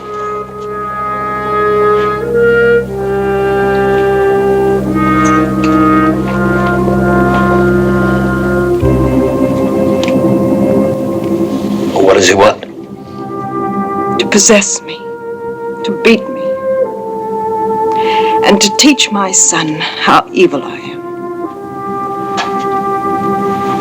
And you can't go to the police? I tried that. He found out and found it very amusing. You see, he owns 250,000 acres of Arizona. He contributes to charity and belongs to all of the proper social organizations. He has even been mentioned as a possible political candidate. When he's not home, he's almost the perfect man. Well, don't you have any friends or family in another state, back east? He'd find us. Mark, what are you doing out of bed? I heard you talking. Well, this is Mr. Lincoln. My son, Mark.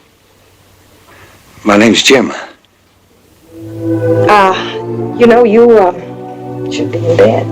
We have a big day tomorrow. Come on, now, let's go up to bed.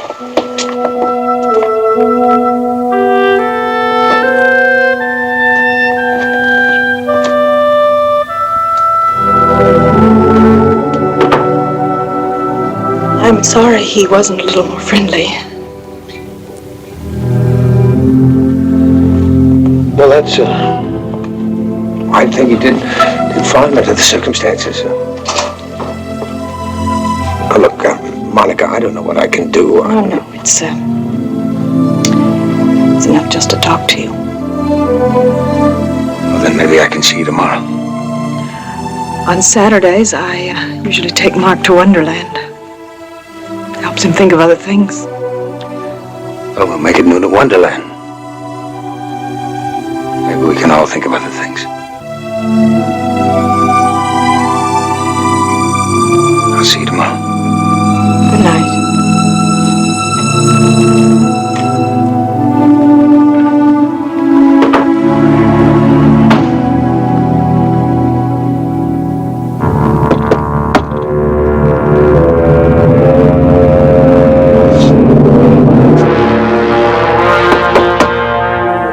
Who is it? Ed Wells.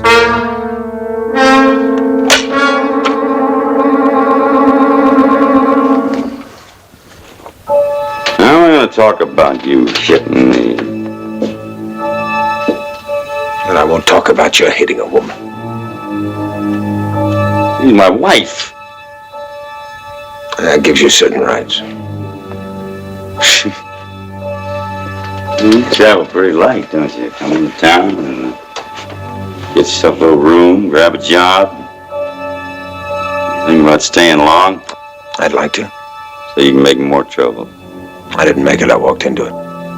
You walked into me, bartender. Yeah, I've already heard how important you are. I had that custom made for me. Every bit of it, handmade. Take a look at it. Go on, take it. Look at that workmanship on it. It's loaded. I have to carry a lot of money sometimes, more than safe. That's not going to do you a bit of good trying to help her, because Monica can go anywhere in this world. She can go anywhere. And I'm going to find her. Sooner or later, I'll be there, you see? For another beating? As long as she behaves herself. You know what I mean. Well, stop torturing that woman and child. Get yourself some help. See a psychiatrist. You just said the wrong thing. You said exactly the wrong thing. And you said it, and I heard it, and there's nothing left for you to do but get out of my sight, Steve. About 1,000,000 miles out.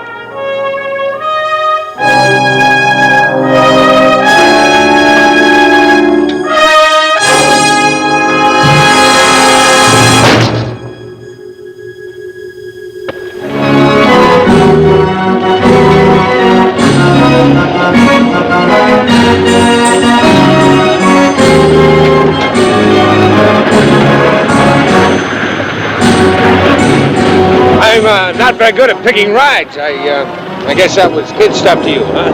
Well, it was all right.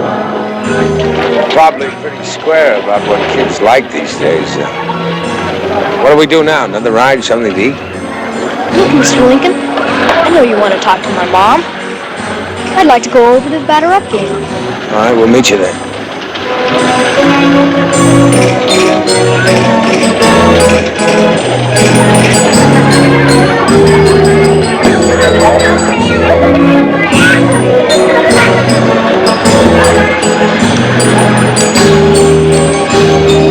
Your son went over to the batter-up game. I hope that's all right. I'm fine.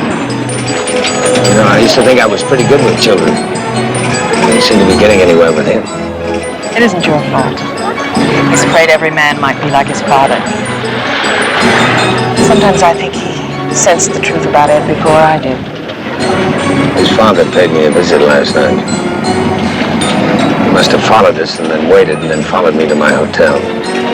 The sum and substance of our meeting, he threatened me if I didn't leave town.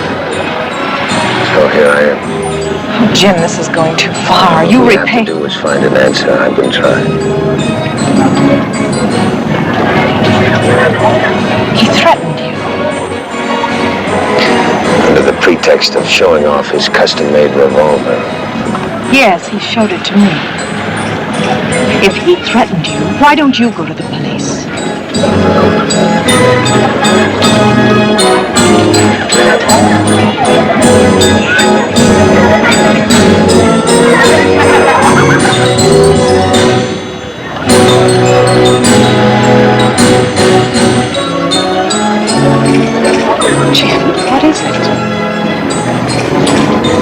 go to the police.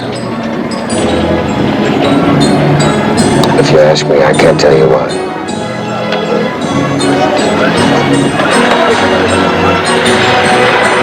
No position to ask anything of you. Except your help.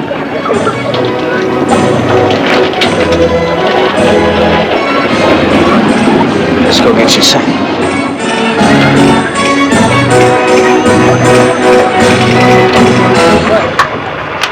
Hey, good!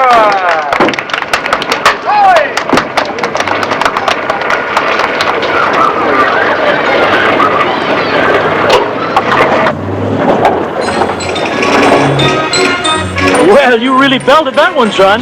Here you are. What a marvelous strike that was. Mom, strike is when you miss. Yeah, Mom, what's the matter with you? What do you play, Mark? The infield? Second. You know, I used to play a little ball. How good I was, my sister pitched. Remember one game, a man came up and he said, what's the score? I said, it's 42-0, but we ain't been up to bat yet. Here. Well, that's yours, Mark. You won it. Kid stuff.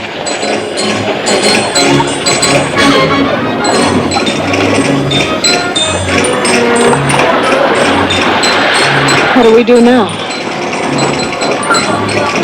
Well, what I can do and what I like to do are two different things, so I guess we'll just have to wait. I don't know what for or how long, but we wait. What are you talking about? Kid stuff. Come on, let's get a hot dog.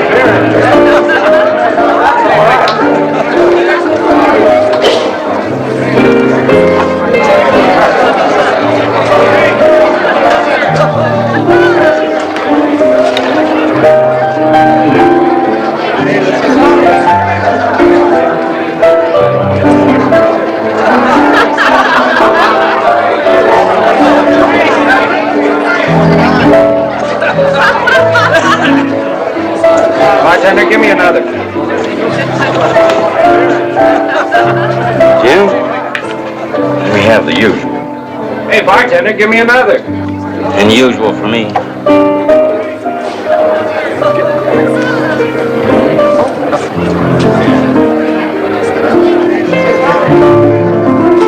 Sweetheart, that's a pretty tune.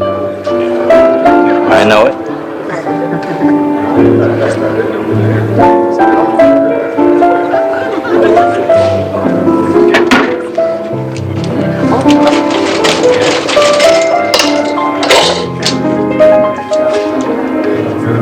You working hard, huh, Jim? I don't know as I could stand that, people yelling at me all the time. Of course, I had to put up with some of that when I was in the Army. You ever in the service, Jim? Here's your drink. I was in Korea in combat. They used to have these loudspeakers. He told me all about what was going on back here while we were fighting. I used to tell you.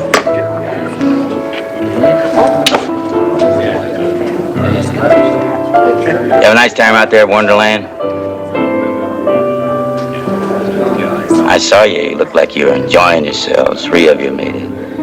Nice-looking family. Wells, I'm not going to pretend to guess what made you this way. Your suspicions about your wife are all wrong. I got no suspicions. Facts, Jim.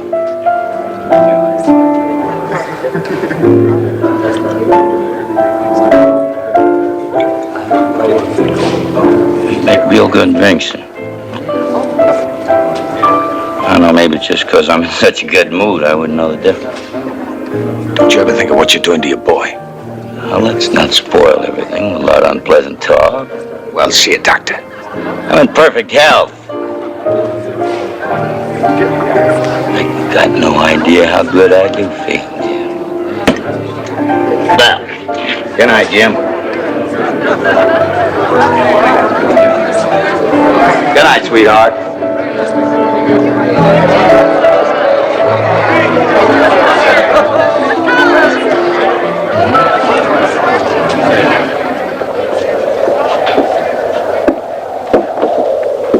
Oh, these desert winds. There's our camp.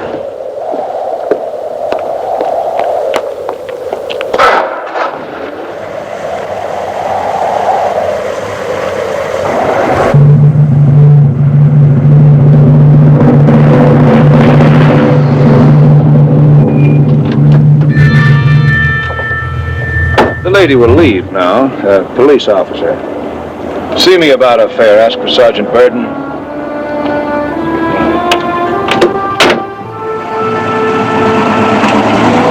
We'd be obliged if you'd get in the automobile, Mr. Lincoln. That is your name, James Lincoln?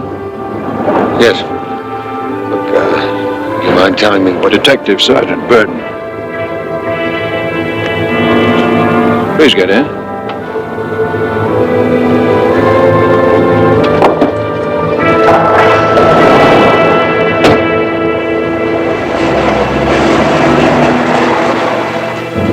Detective Fairfield. He's from Ohio. Where are you from, Mr. Lincoln? Rockford, Illinois. You ever seen it? No, thanks. Could you tell me what this is about? Is this your first visit to Tucson, Mr. Lincoln? You like it? I haven't seen much.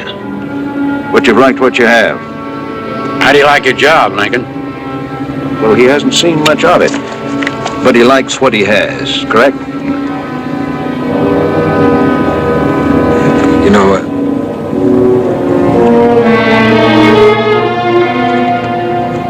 It's funny. Something funny?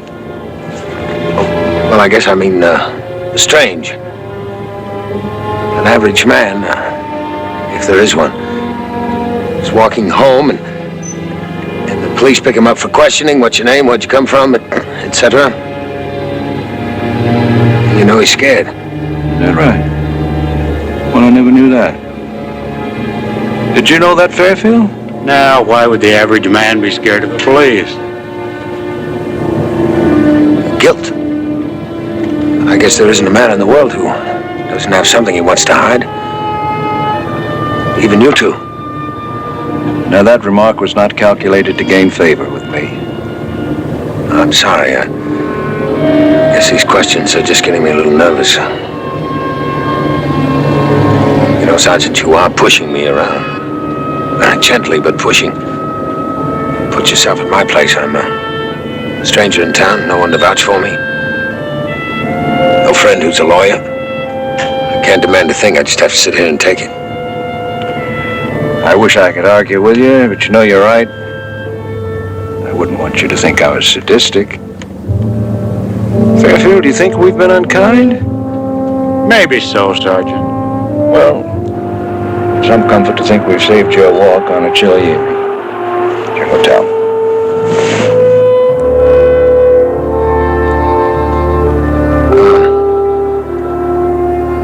Well, I certainly appreciate it. Not at all. Good night, Sergeant. Good night. Good night.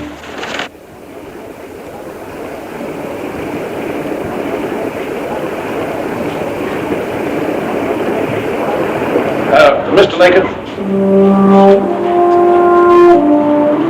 I, honest to goodness, don't know what's the matter with us. That's all right, Sergeant. It's an easy mistake. Of course. But we want to do the right thing. We'll see you to your room. Well, you don't really have to... Mr. Lincoln, we insist.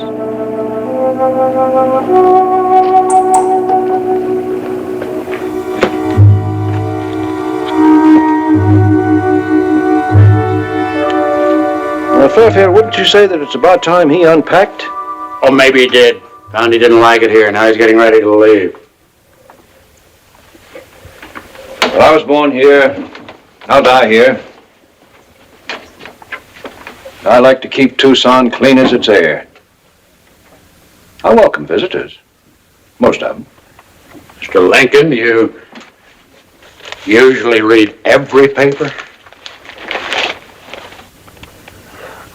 Well, that's how I found the job. We've had a complaint against you, Mr. Lincoln. Complaint? Mr. Edward Wells, of Phoenix, claims you're breaking up his marriage. His marriage is already broken up. I'm just trying to help his wife and boy. They're afraid of him.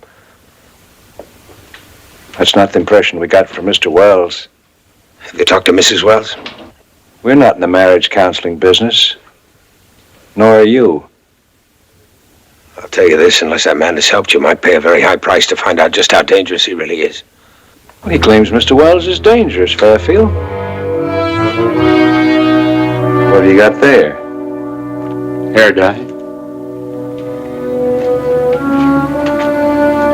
You use this stuff? Yeah. Last month I saw a little gray. I thought it wouldn't exactly help in finding work.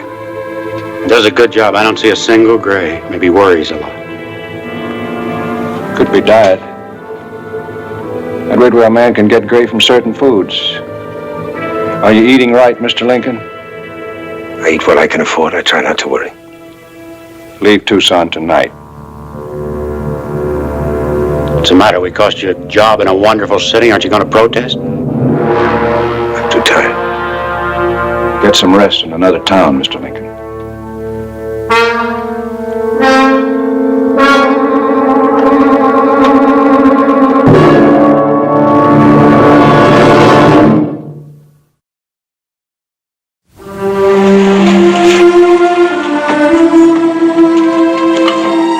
Wait for me.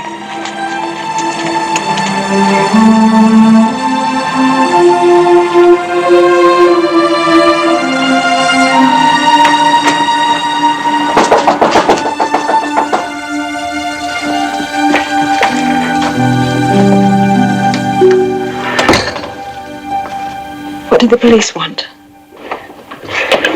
He convinced them I was an outsider trying to break up his happy home.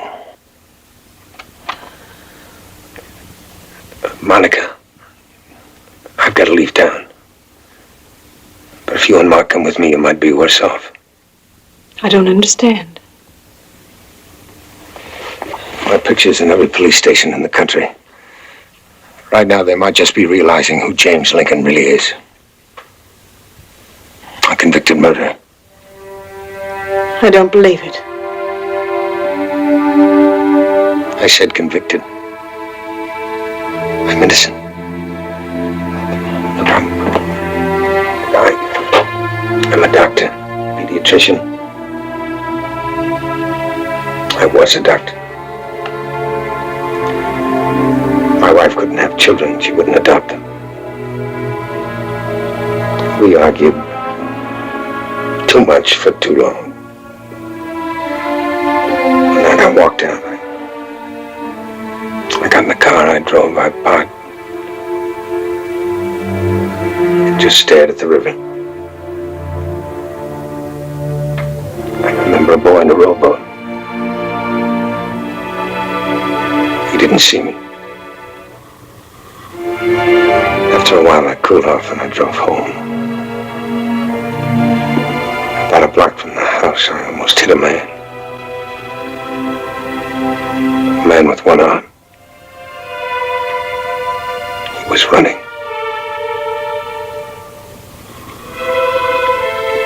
I found my wife beaten to death. Who? I don't know. Had to be unmotivated. A vagrant, a prowler the police never. That was over 2 years ago. The trial was a nightmare. The neighbors had heard our arguments. The only hope was to find the man with one arm.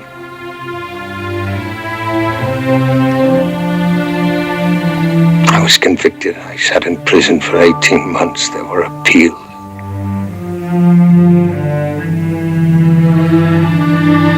They were taking me to be executed when the train derailed.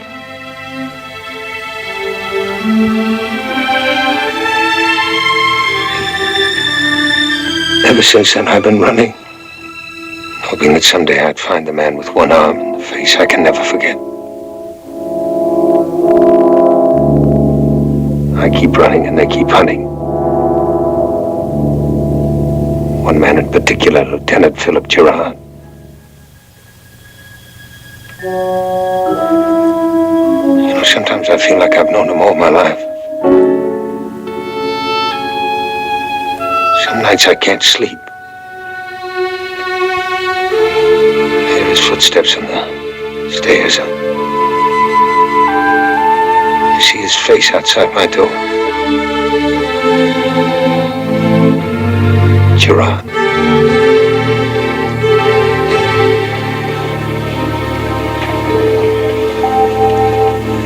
I don't want him to find you.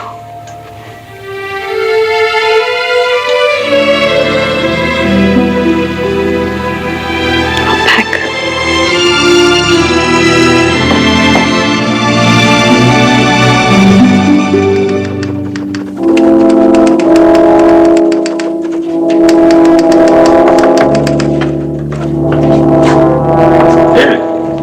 Well, how are you, Mr. Wells? I just wanted to drop by and say thanks. Now, I hope I'm not being premature, am I? Not at all.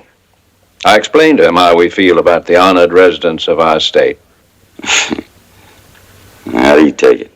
Hotel clerk said he checked out half an hour ago. Probably buying a bus ticket right now. Well, I wish I could express my gratitude in some way. We accept no bribery, sir. I didn't mean that, Sergeant. Well, sir, Sergeant likes to joke. Yeah. Well, I best get back to my family. Oh, Mr. Wells, can we drive you? Oh, thanks. No, I think I can handle this little thing all by myself. Good night. Good night, then.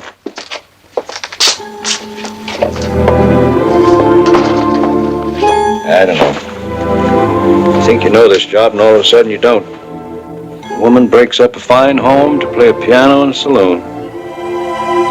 Take up with a man she's known only a few hours. I feel sorry for the little boy.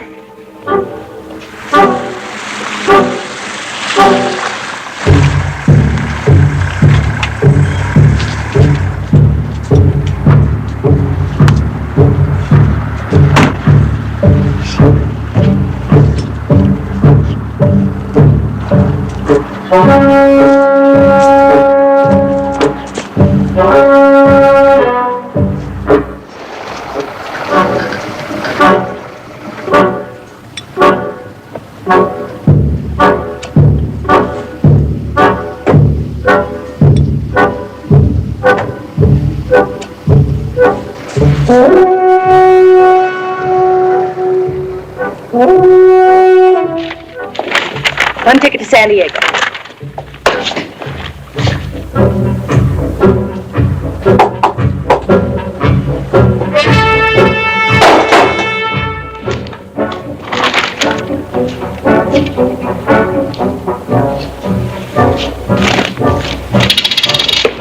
Thank you, man.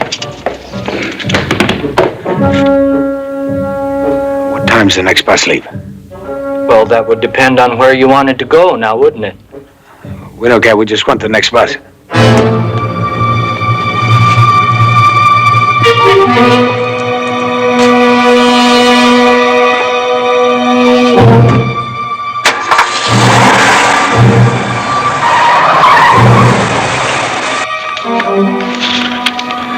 It won't be long now.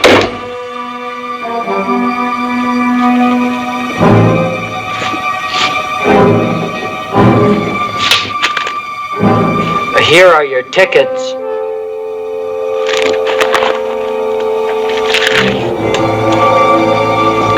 Let's go.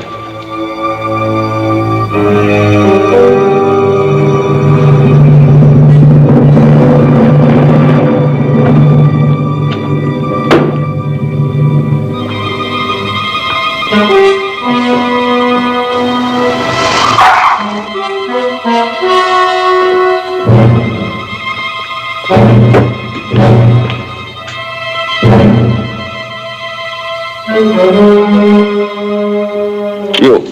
seen a man with a woman and a boy? When? Just now.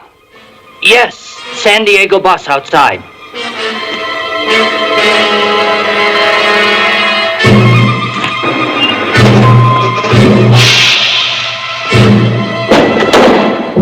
Thank God!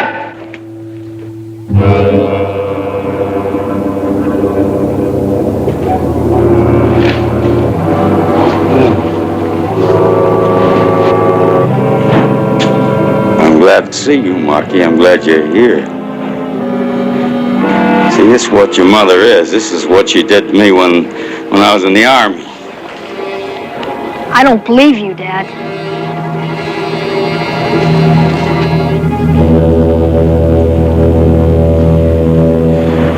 You did this.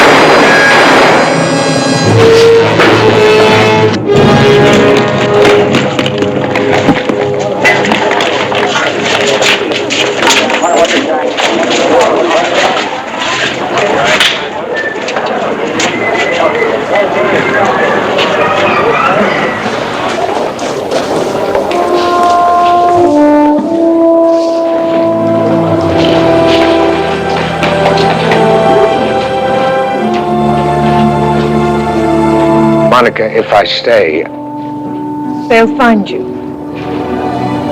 And you'll never find him. well, you can go home now. It's over. Everything. We won't forget. That's what we're left with, remembering. Look, maybe...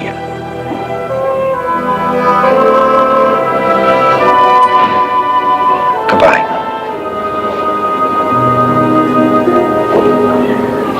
Goodbye, son.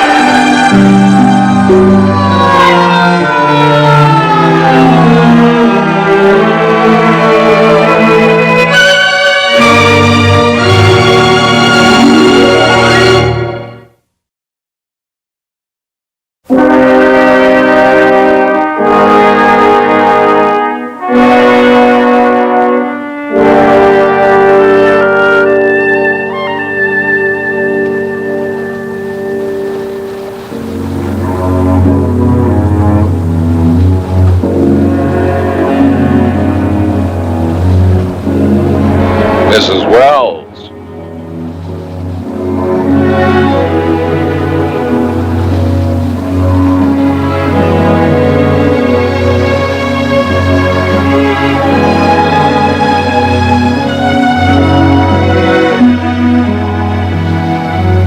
I'm sorry about the circumstances. Who are you? Mrs. Wells, where did James Lincoln tell you he was going? You're Lieutenant Gerard, the Tucson policeman. They recognized him, unfortunately after the fact. Well, he told you about me. Excellent. He thinks of me as much as I think of him. He's innocent. The law says guilty. The law isn't perfect. Wherever he is now, he knows I believe him. I always will.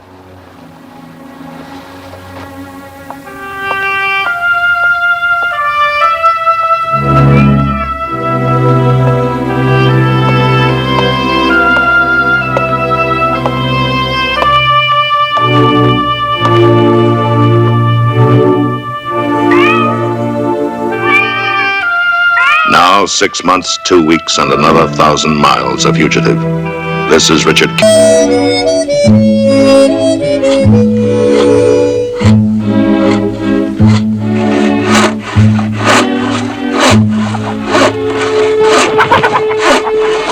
Papa, don't you need me to help you today? Jenny, honey, first bell's ringing. Jenny, love, you hurry now, 'cause Mama don't want no more of them nasty notes from teacher about her baby being late. Papa, please, do I have to go? Straight to school now and straight home afterwards. And don't you go near them woods at all. Stay away from that pond, hear? Papa, please. I never did my homework. You'll be late, Jenny. Papa, don't you need me? Get along. Jenny, you walk now, don't you run. You run, you're gonna make yourself sick. Jenny, wave bye-bye to Mama.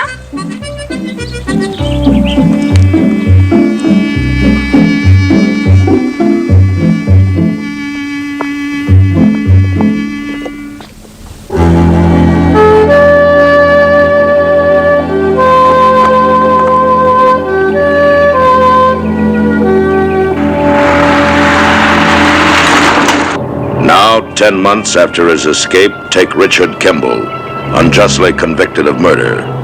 Put him down in the Missouri hills, a handyman, driving a truck for a local fuel and feed company. Once again, he has changed his identity.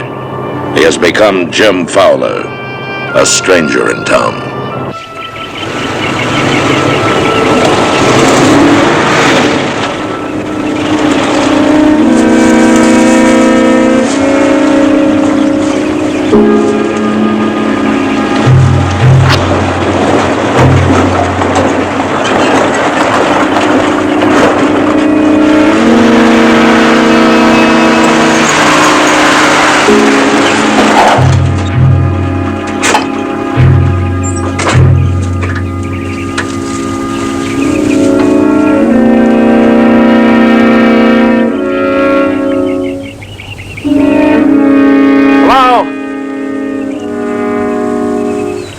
Hello?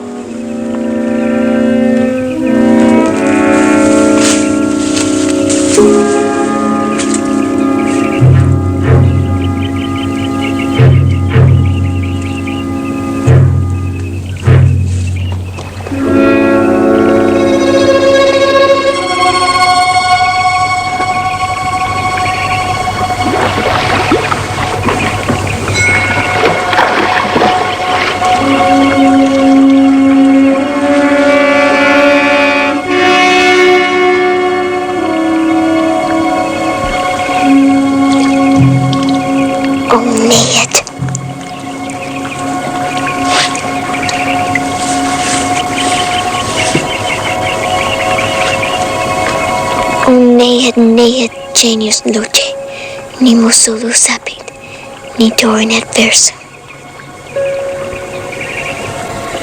Oh, Ned, it's the worst day ever. I never did my homework, and look, I tore my dress. You've just got to help me, because I don't know what Miss Norton will do to me now. Please, send me something to say. Make something happen. Oh, please, I'll do anything you say, only please.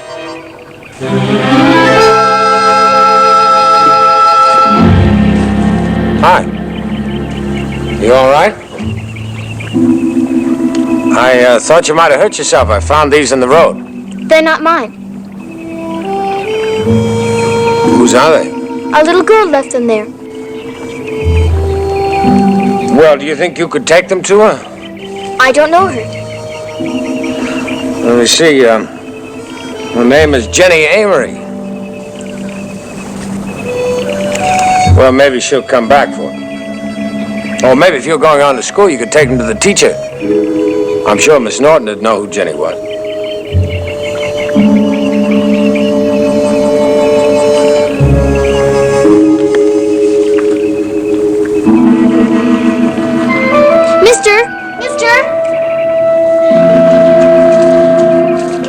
Jenny's supposed to never, ever come near this pond. And that's why she went on ahead to school. So nobody'd ever tell on her. Nobody. Ever. Well, I didn't see her, of course, but I'd say she did the right thing in going on to school.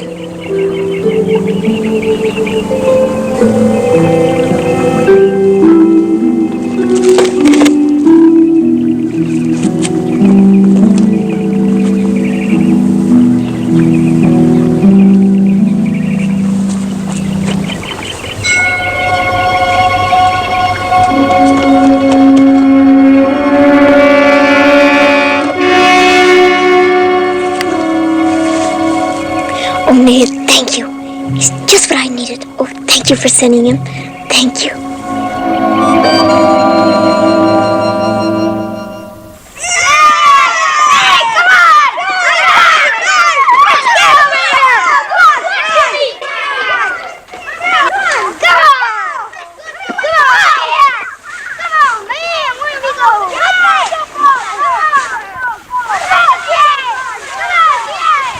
Miss Norton? Jenny! Well, you can take your recess now. You need the change in the exercise. Gonna send another note home to my ma? Jenny, does your mother know that you're almost always late for school? And that your homework is seldom done? Well, you can tell if you want, because this time it wasn't my fault. I told you, something awful happened. Well, I know, dear. You always have an excuse. This time, let's just keep it between us. Maybe we'll get to be friends, huh? Now, you run along. We'll talk about it after school. Miss Norton, I had to come through the woods this morning. A man got after me. Got after you? Yes, ma'am. He was blocking the whole road. A perfect stranger. Jenny, you have a wonderful imagination, and I'm glad, but sometimes you carry it too far. You know, there's a great deal of difference between pretending and fibbing. I'm not fibbing. There was a man. I was late because I had to come through the woods. I had to come all the way around so he couldn't get me by that pond. And he tore my dress, and he got me so scared that I lost my homework paper. And I ran and ran. Oh, I really did my homework, but I lost it. Jenny, how did you tear your dress? There. I told you. I tore it when I was running to get away.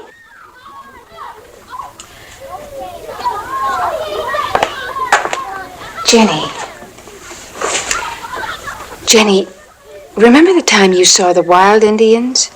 And the monster? I know, but this is real. Well, you said that about the monster, too. I don't care. This is different. Yes, Jenny, this story is different. Because it could mean something to grown-ups that's very dangerous. To him or to me? To him. If there is a man like this, there could be a great deal of very bad trouble about it. But you don't believe there is. The important thing is I want you to be sure about it. Now, look, don't say anything more about this to anyone else just now. You think it over carefully, and then tell me the story again at lunchtime. But it'll still be the same and you still won't believe me. Because you don't want to. Even if I prove it. It's hard to make you understand that what I don't want is for you to be hurt. Either by a lie or the truth. I won't be, Miss Norton. Because there's someone who protects me all the time. Someone who knows I'm not a liar. Wait and see.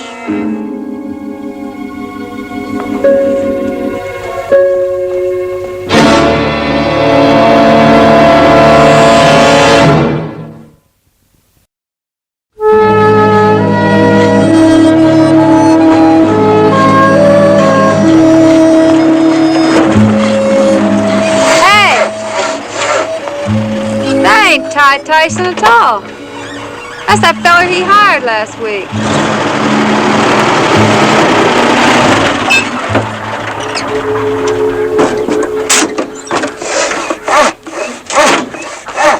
How do you do? Howdy. Mr. Tyson sent me over to get a cord of wood. Ain't you that feller, Fowler? Yeah, that's right, Jim Fowler. I heard about you. I'm Mrs. Amory. How do you do? Yonder's my man, HR. How do you do? My daughter Jenny's gone to school. I guess you probably passed her on the road, huh? Well, Unless she's gone snuck off into them woods again like I told her not to play. Yeah, I guess I came along too late. I didn't see you. Firewood's ready. Oh, I hope she gets there on time today. You know that teacher we got now, Miss Norton? She picks on some of them, mostly the girls. She likes the boys just fine. Well, we're the Amories, and you're Jim, huh? That's right. We'll do the loading, mister. You know, come to think of it, her being the town librarian, too, you probably know Miss Norton, don't you? Yes, ma'am, we bet. Enjoy our library, do you? Well, the books are nice. They say you've read quite a bit since you come to Haynesville. Well, it's a nice little town to read in. Maybe I should have asked you before I talked about it like that. Hope I didn't step on no tender toes there, Jim. Well, no, ma'am, I've been to the library twice, but not tenderly. Sure, I can't give you a hand for this wood. No sirree, Bob. Ty Tyson will want to cut the price if we let his hired hand help us load up. We need that $20, every penny of it. Stand back, mister. Miss Norton ever mentioned to you why she ain't been married? One her age? Well, no, ma'am, we just passed the time of day. Men folk around here like her right enough. Ain't that true, H.R.? Women carry on about her something fierce. That's true. Of course, having a baby and running a house, them things age a woman some. But you know, there she is, really older than me. Leastways, not no younger. Ain't never taken a husband. Some do, some don't, that's all. Of course, you ain't married neither, are you, Jim? No, ma'am. Say, I know why you ain't seen Jenny. It's 'cause she run all the way to school. That's what she did. I told her to walk and she run. She run so she wouldn't be tardy. See there? That's that teacher again. She got that child plumb scared. Poor little thing.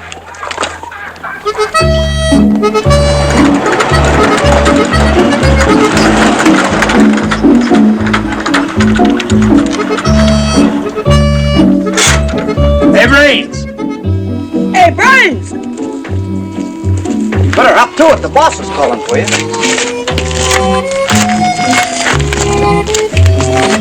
Let's see now. I gave you $15, didn't I? Yeah, 10-5. Got a $5 bill in your pocket? Got Mr. Amory's firewood out of the truck?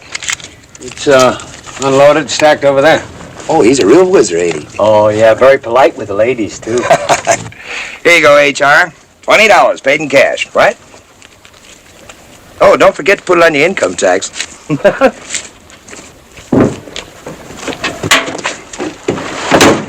Tell your missus I said hello, will you?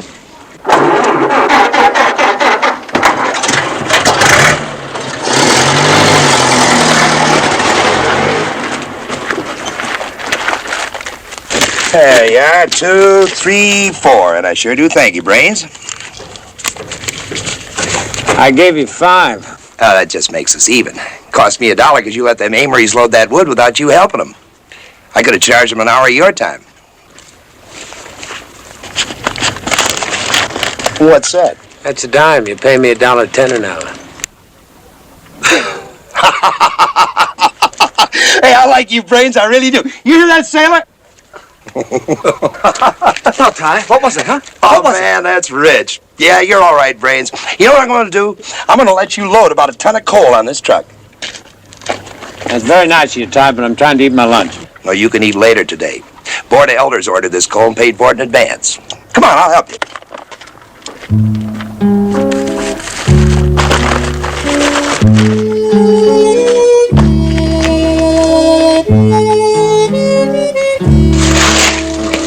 Can't this wait half an hour? No, it can't. My little school teacher wants it up there by noon recess. The schoolhouse. That's different, ain't it? I guess it is. Never keep a lady waiting. Especially Emily Norton, right? She's a lady. What you been doing to find that out? I thought I was quietly observing. She's intelligent. Alert. Probably too much of a lady to take up with any stranger in town, right? But she hasn't taken up with me, if that's what you're worried about. I didn't say I was worried about it, did I, Brains? Well, the fact is, I'm kind of taking it easy with her, and I don't like nobody rushing me. I don't think she knows she's spoken for, Ty. She will when the time comes. Of course, I can't talk as pretty as you. Want me to tell her for you? You want to take the chance? course, you could just stay away from her entirely. I think I'd like that better.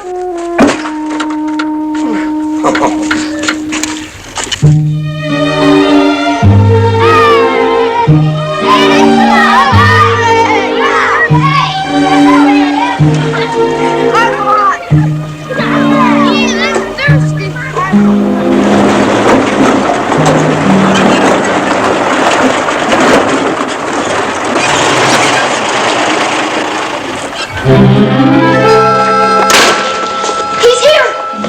He's here! I told you he was after me. Now he's here! There! Now do you believe me? Jenny, that's simply the man delivering the coal I ordered for the furnace. Mr. Fowler. Don't tell him where I am! Don't tell him what I said! He'll lie to you. Jenny, you stay right here while I go speak to him. Now, I've met him. He seems like a very nice man. No, don't tell him! I have to show him where to put the coal. If you tell me, Miss Norton, a terrible thing will happen.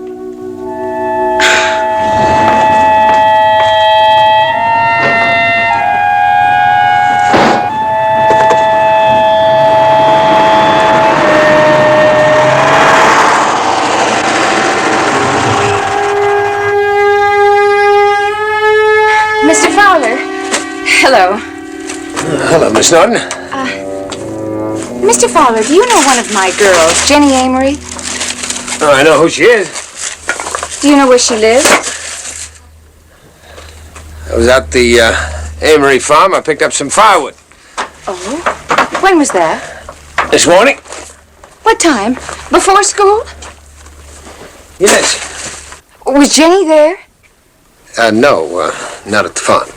Well, did you see her? I bet you don't give out many A's, Miss Norton. Bang! Bang! Pow! Bang! Marvin. Bang! Marvin, please. You're not permitted to play around the barn. Now run along outside. Okay, sorry, teacher. Come on, let's go.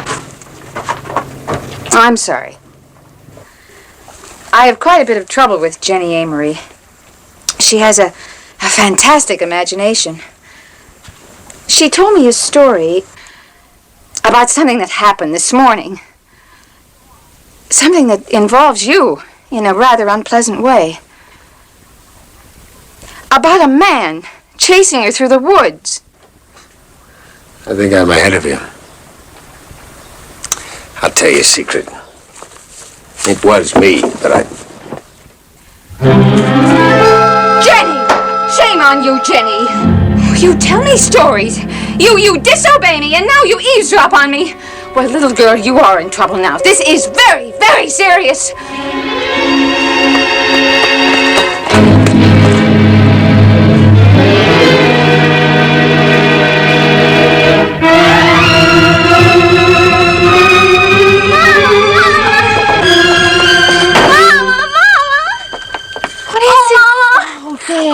There, baby. What's the matter? Oh, there.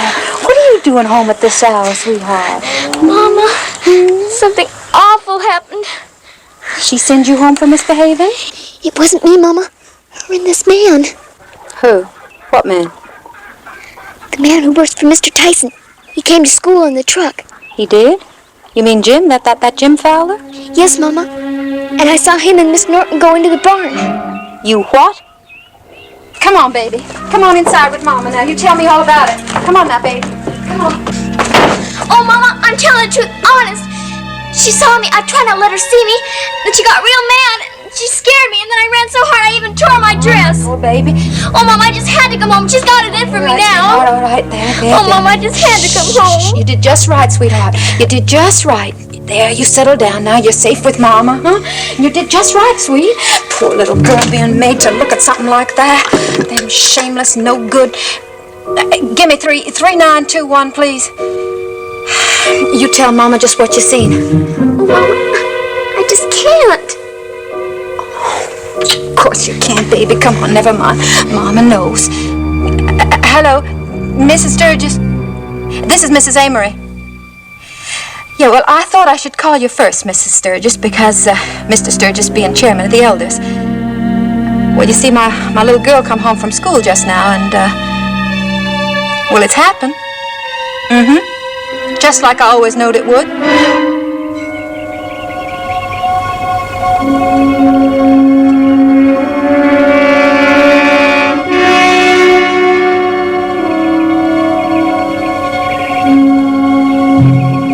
Oh, Ned, genius noche. Thank you, thank you, thank you. 3 times today you saved me. 3 times. Most of all, Mr. Fowler. Oh, thank you for him. I know why you sent him now. How you want me to fix her good. I will, oh, I promise. It's how I'll fix Miss Norton really good. Forever.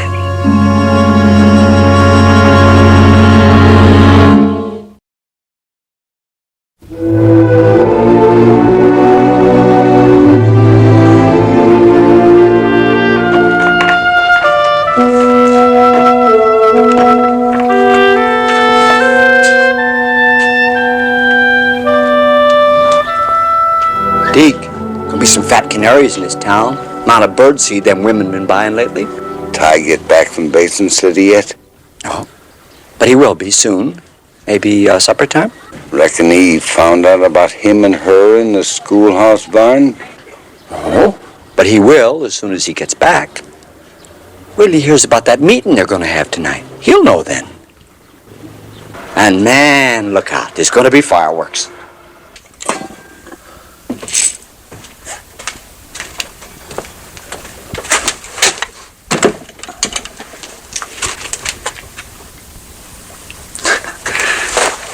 Jenny, you surprised me. There were people out front, so I snuck in back so nobody knew I was here. Oh. Well, what can I do for you?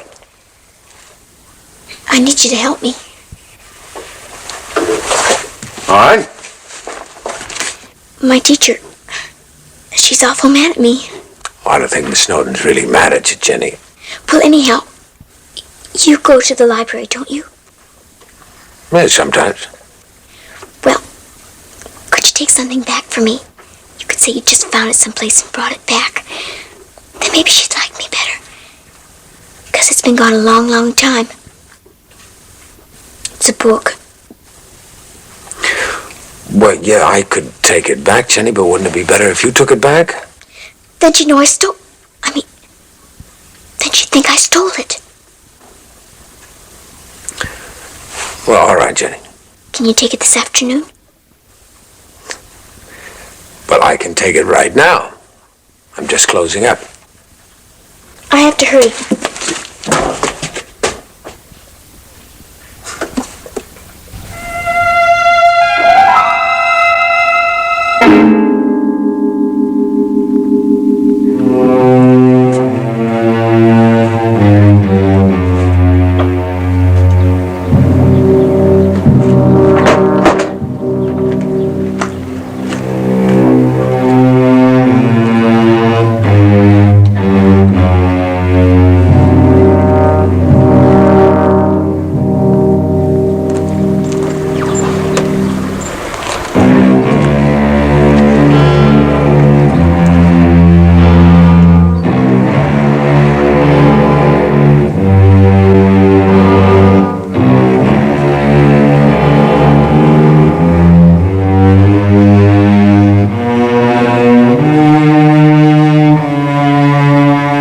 The regular Thursday meeting of the board, but we plan a little special discussion.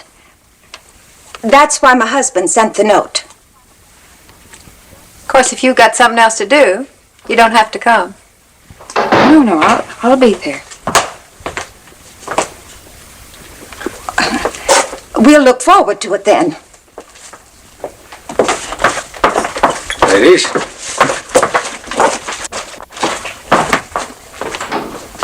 I brought your book.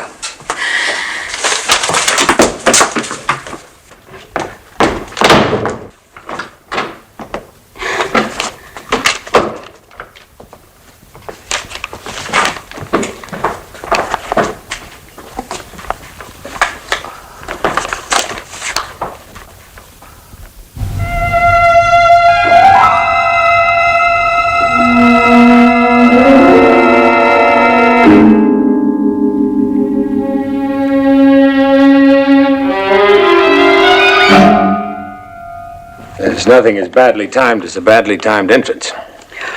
Well, I guess my time has run out here, Mr. Fowler. We saw the ladies. Mrs. William Sturgis, no less. Oh, her husband is chairman of the Board of Elders. You know, of course, that they meet every Thursday evening, and they want me to be there this evening. What for?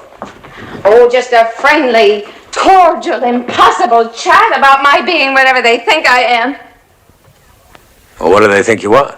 This is the 4th town I've tried, Mr. Fowler. Well, they always have a name for me. Worldly, sophisticated, city girl. And there's always a man like Mr. Tyson. Oh, Mr. Tyson. Mr. Tyson has ideas, you know. And probably some of the married ones, too. Now, Miss Norton, you might as well face the facts. You're an attractive woman. Attractive enough to raise the temperatures of most of the healthy males in this town, so you've got to expect the women's eyebrows to go up. I don't care about the eyebrows. It's the 30-day notice that I resent. And then having to look for another town. Why don't you fight back? I came here to teach the children, not to fight their parents. And I'm a good teacher, Mr. Fowler. I believe that. They need a good teacher here in Haynesville. Well, maybe you just learned how to fit into a small town. I was born in a small town just like this one. I left it, I traveled. I went to school. I was looking for something noble. And then I met this man. Oh, I'm sure you've heard the rest of that before. Nothing serious. Just heartbreaking. You know what my friends used to tell me in New York? They used to say, Emily, you can take the girl out of the small town, but you can't take the small town out of the girl. Oh, I didn't belong in New York. I could never find myself there. Well, I don't belong here either, that's for sure. Miss Norton, stop feeling sorry for yourself. We've all got troubles. Look, so you went to the big city, now you're back. And just don't accept the 30-day notice. Teaching is your job, why don't you fight for it?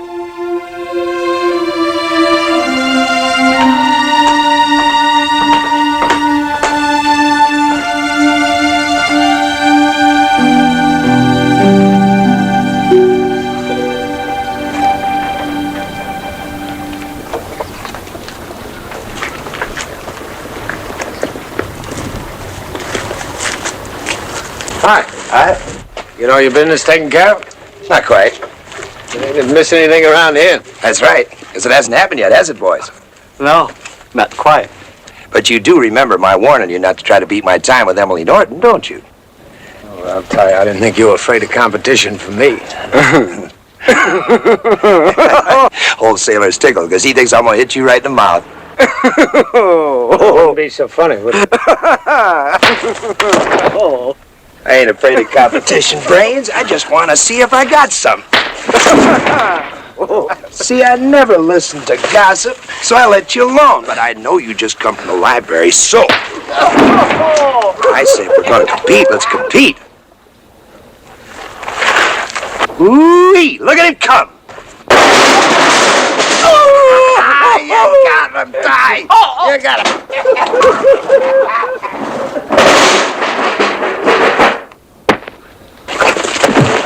What's going on here? Come on, break this up. Let me see. Oh, McNary, ain't you got no sense of fair play? Hold it, Mac. There's no hard feelings, Brains. But since your little romance here is over, supposing you stay away from that schoolhouse and that teacher. You better find yourself another job because you're fired. Now, meanwhile, you just stay off the streets of Haynesville and out of my sight.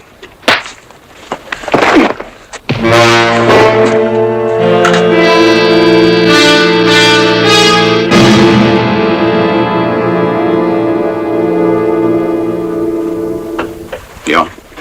Yeah. That's right, Sheriff. Huh? Well, I'll be dogged. I'm much obliged to you.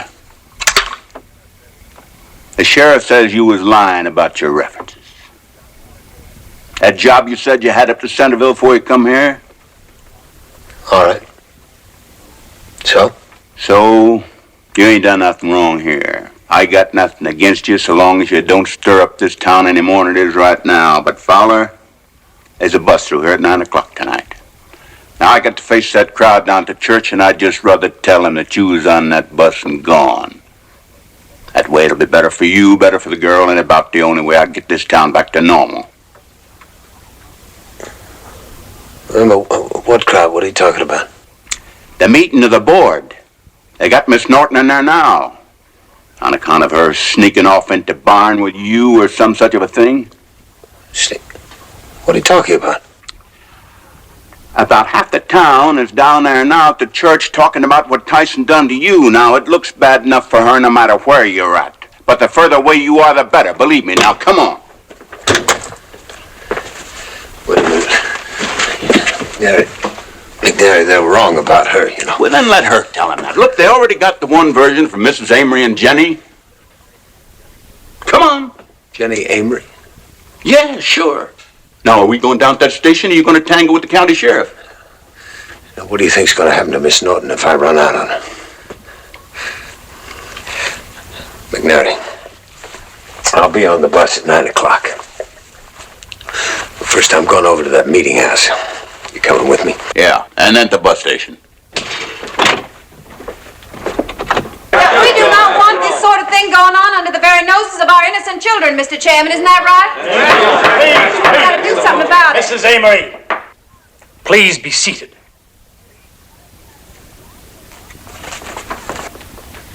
Now, Miss Norton, you were seen in the barn there. You understand, of course, these aren't charges or accusations. Not accusations? Well, then what are they? Trying to drive me out of my job with rumors? Well, I won't let you say it. They're simply not true. You calling them lies? Mr. Chairman, your own wife saw him come there to visit while we was there. That's right. In the public library. In public. Well, there he is right now. Please, folks, take your seats. Mr. Sturgis, Mr. Fowler here's got something to say. Mr. Fowler?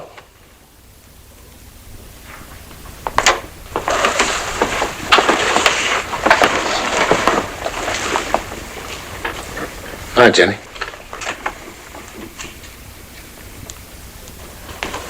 Sir, ladies and gentlemen, I'm leaving town. But I'd like to help clear up this thing before I go. I'm sure none of you want to make a mistake. I understand there's some charges against Miss Norton. No, listen to him. Listen to what he's saying. No, Mr. Fowler, no charges. But there is a report that, well, that's what I mean, I think. Jenny, told you that, we were in the bar. Miss Norton and me. That's right. Well, I was wondering where the other witnesses were. Other witness, Mr. Fowler? What are you talking about? What other witnesses were? What's he mean? You remember, Jenny? You don't have to say nothing, Jenny, love. Nothing at all. And why'd you bring her here? Hush. Now, Jenny, you, the little boy. Don't you think he ought to be here? Jenny, remember he was playing with another boy. They were playing cops and robbers or something. Miss Norton told him they were not permitted to play in the barn. Well, maybe you couldn't see them, Jenny, because you were hiding in the barn and we were over by the truck.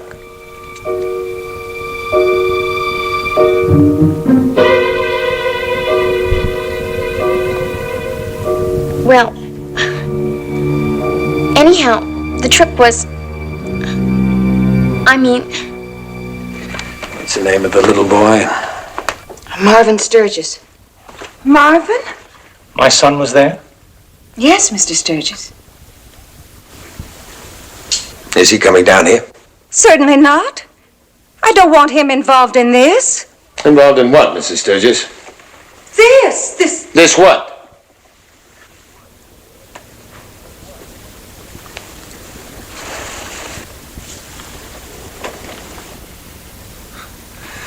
It was so unimportant to your son, he didn't even think to mention it to you. Jenny. Jenny, were you lying?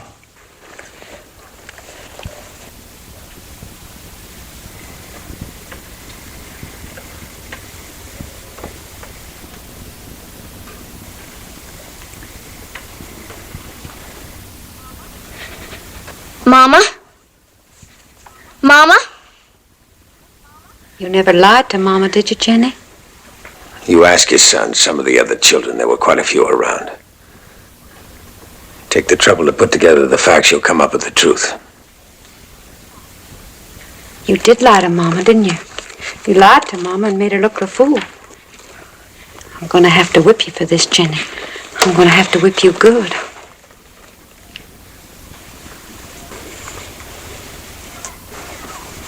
Get away from me! Get away! Oh, Mama. Mama. I'm sorry I lied. I'm sorry. I was scared of him. I was scared. Because what really happened was that man chased me. What? That man chased me through the woods and he tore my dress. The chairman.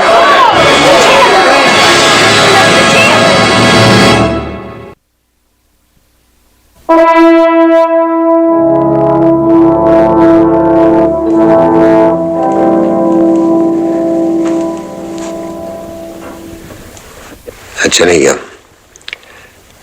let's start at the beginning.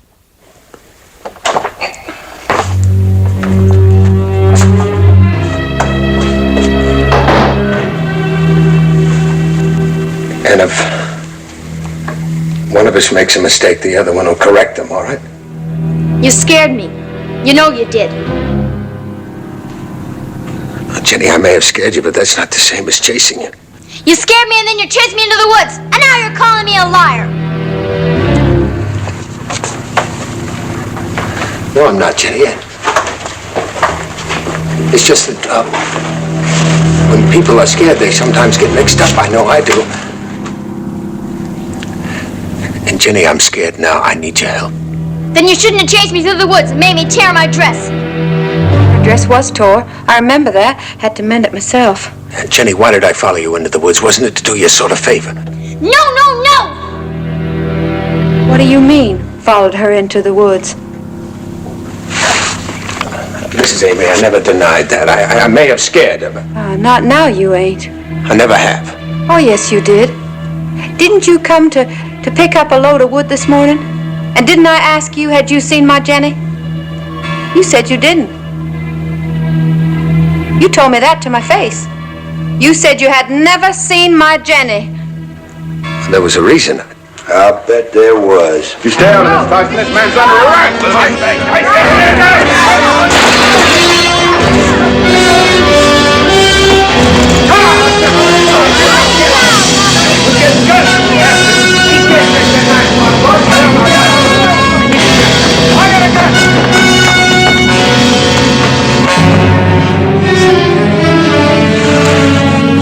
Time comes, I'd really like to know what happened in that barn to make her tell a story like that.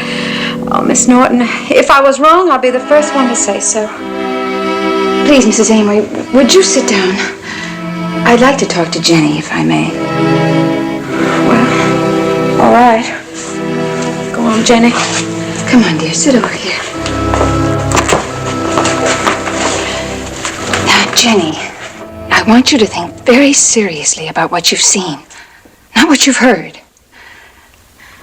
A man who really doesn't know me, and who certainly didn't have to expose himself to help me. Jenny, this man is in terrible danger. Do you remember I told you that was a dangerous story? What story? When? This morning, Jenny was late for school without her homework. Oh, Jenny. He made me lose my homework. Oh, you never told Mama. Hold on. Why would you tell the teacher when you wouldn't tell your own Mama? Now, shut up a minute. Jenny, didn't you tell me this morning you never done your homework?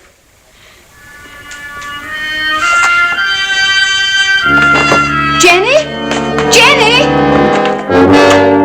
Jenny, you come back here!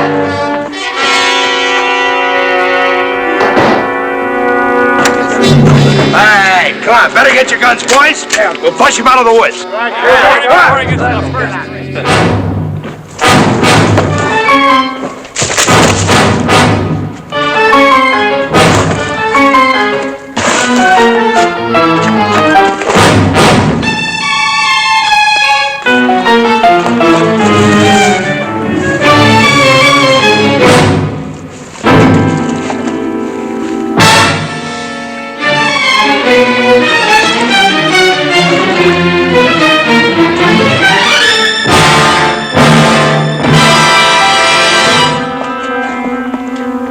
Oh, Ned, please, please. Oh, Ned, please. Mom and Dad, they're awful mad at me. They're awful mad. She's gonna whip me on account of me lying about Mr. Fowler. You have to help me. You have to.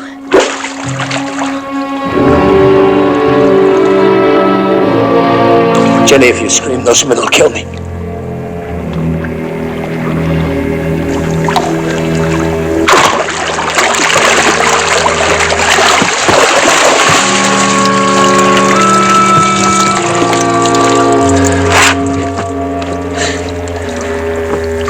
Thank you, Jenny. Now you're scared too. I told you that at the church. Now you're really scared. Jenny, will you help me? Jenny, I've never done anything bad to you. You know that. You help Miss Norton. Can't be my friend and her friend too. She hates me. Oh, she doesn't hate you, Jenny. She's got my mom and pa on her side. They all hate me. You mean you haven't got any friends?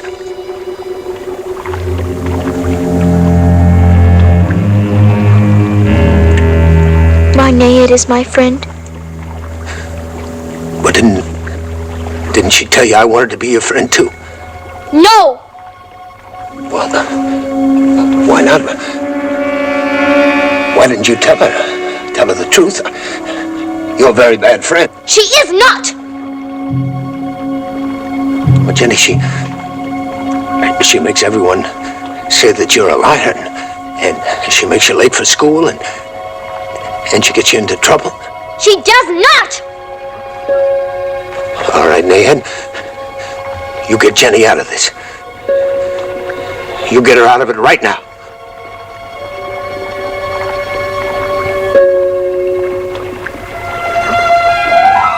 She can't! She's only a doll. You see, Jenny, we have to help each other. We're both in trouble. Fowler, get away from that girl.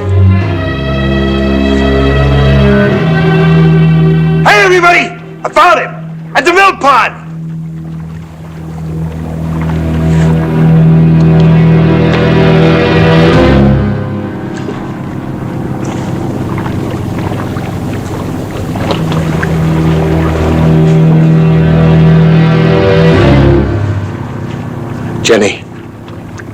Jenny, Quit talking to her. Get out of the way, John.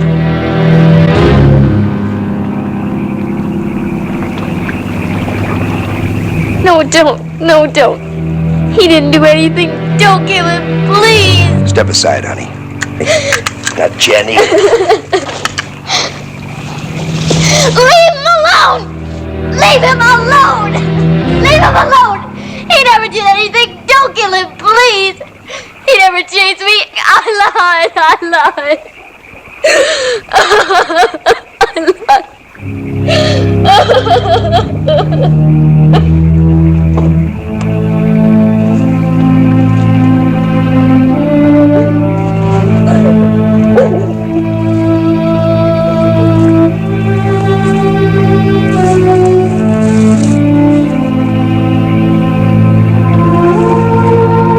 folks, I believe we can all go home now.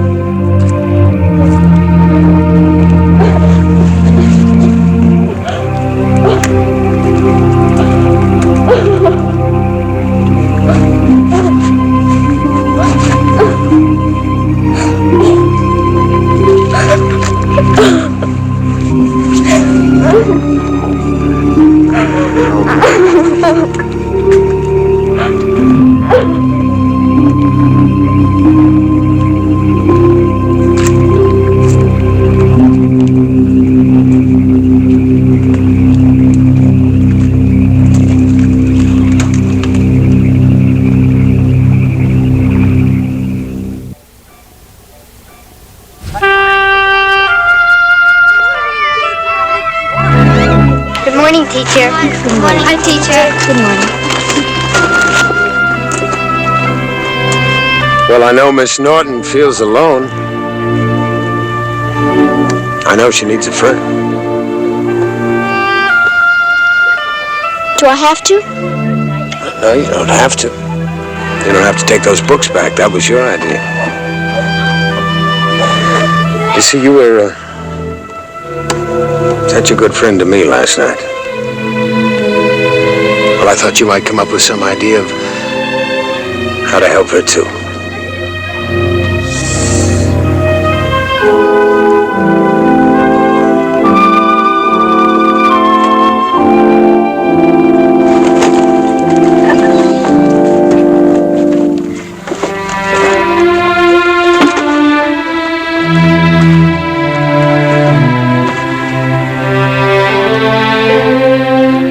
They've been gone a long, long time.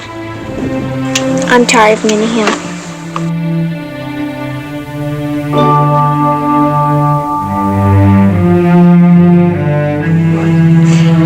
Maybe there are some different ones you'd like to read.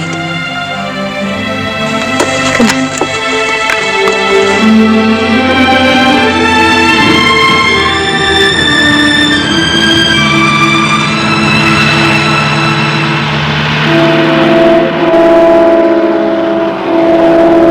Give you a lift into town.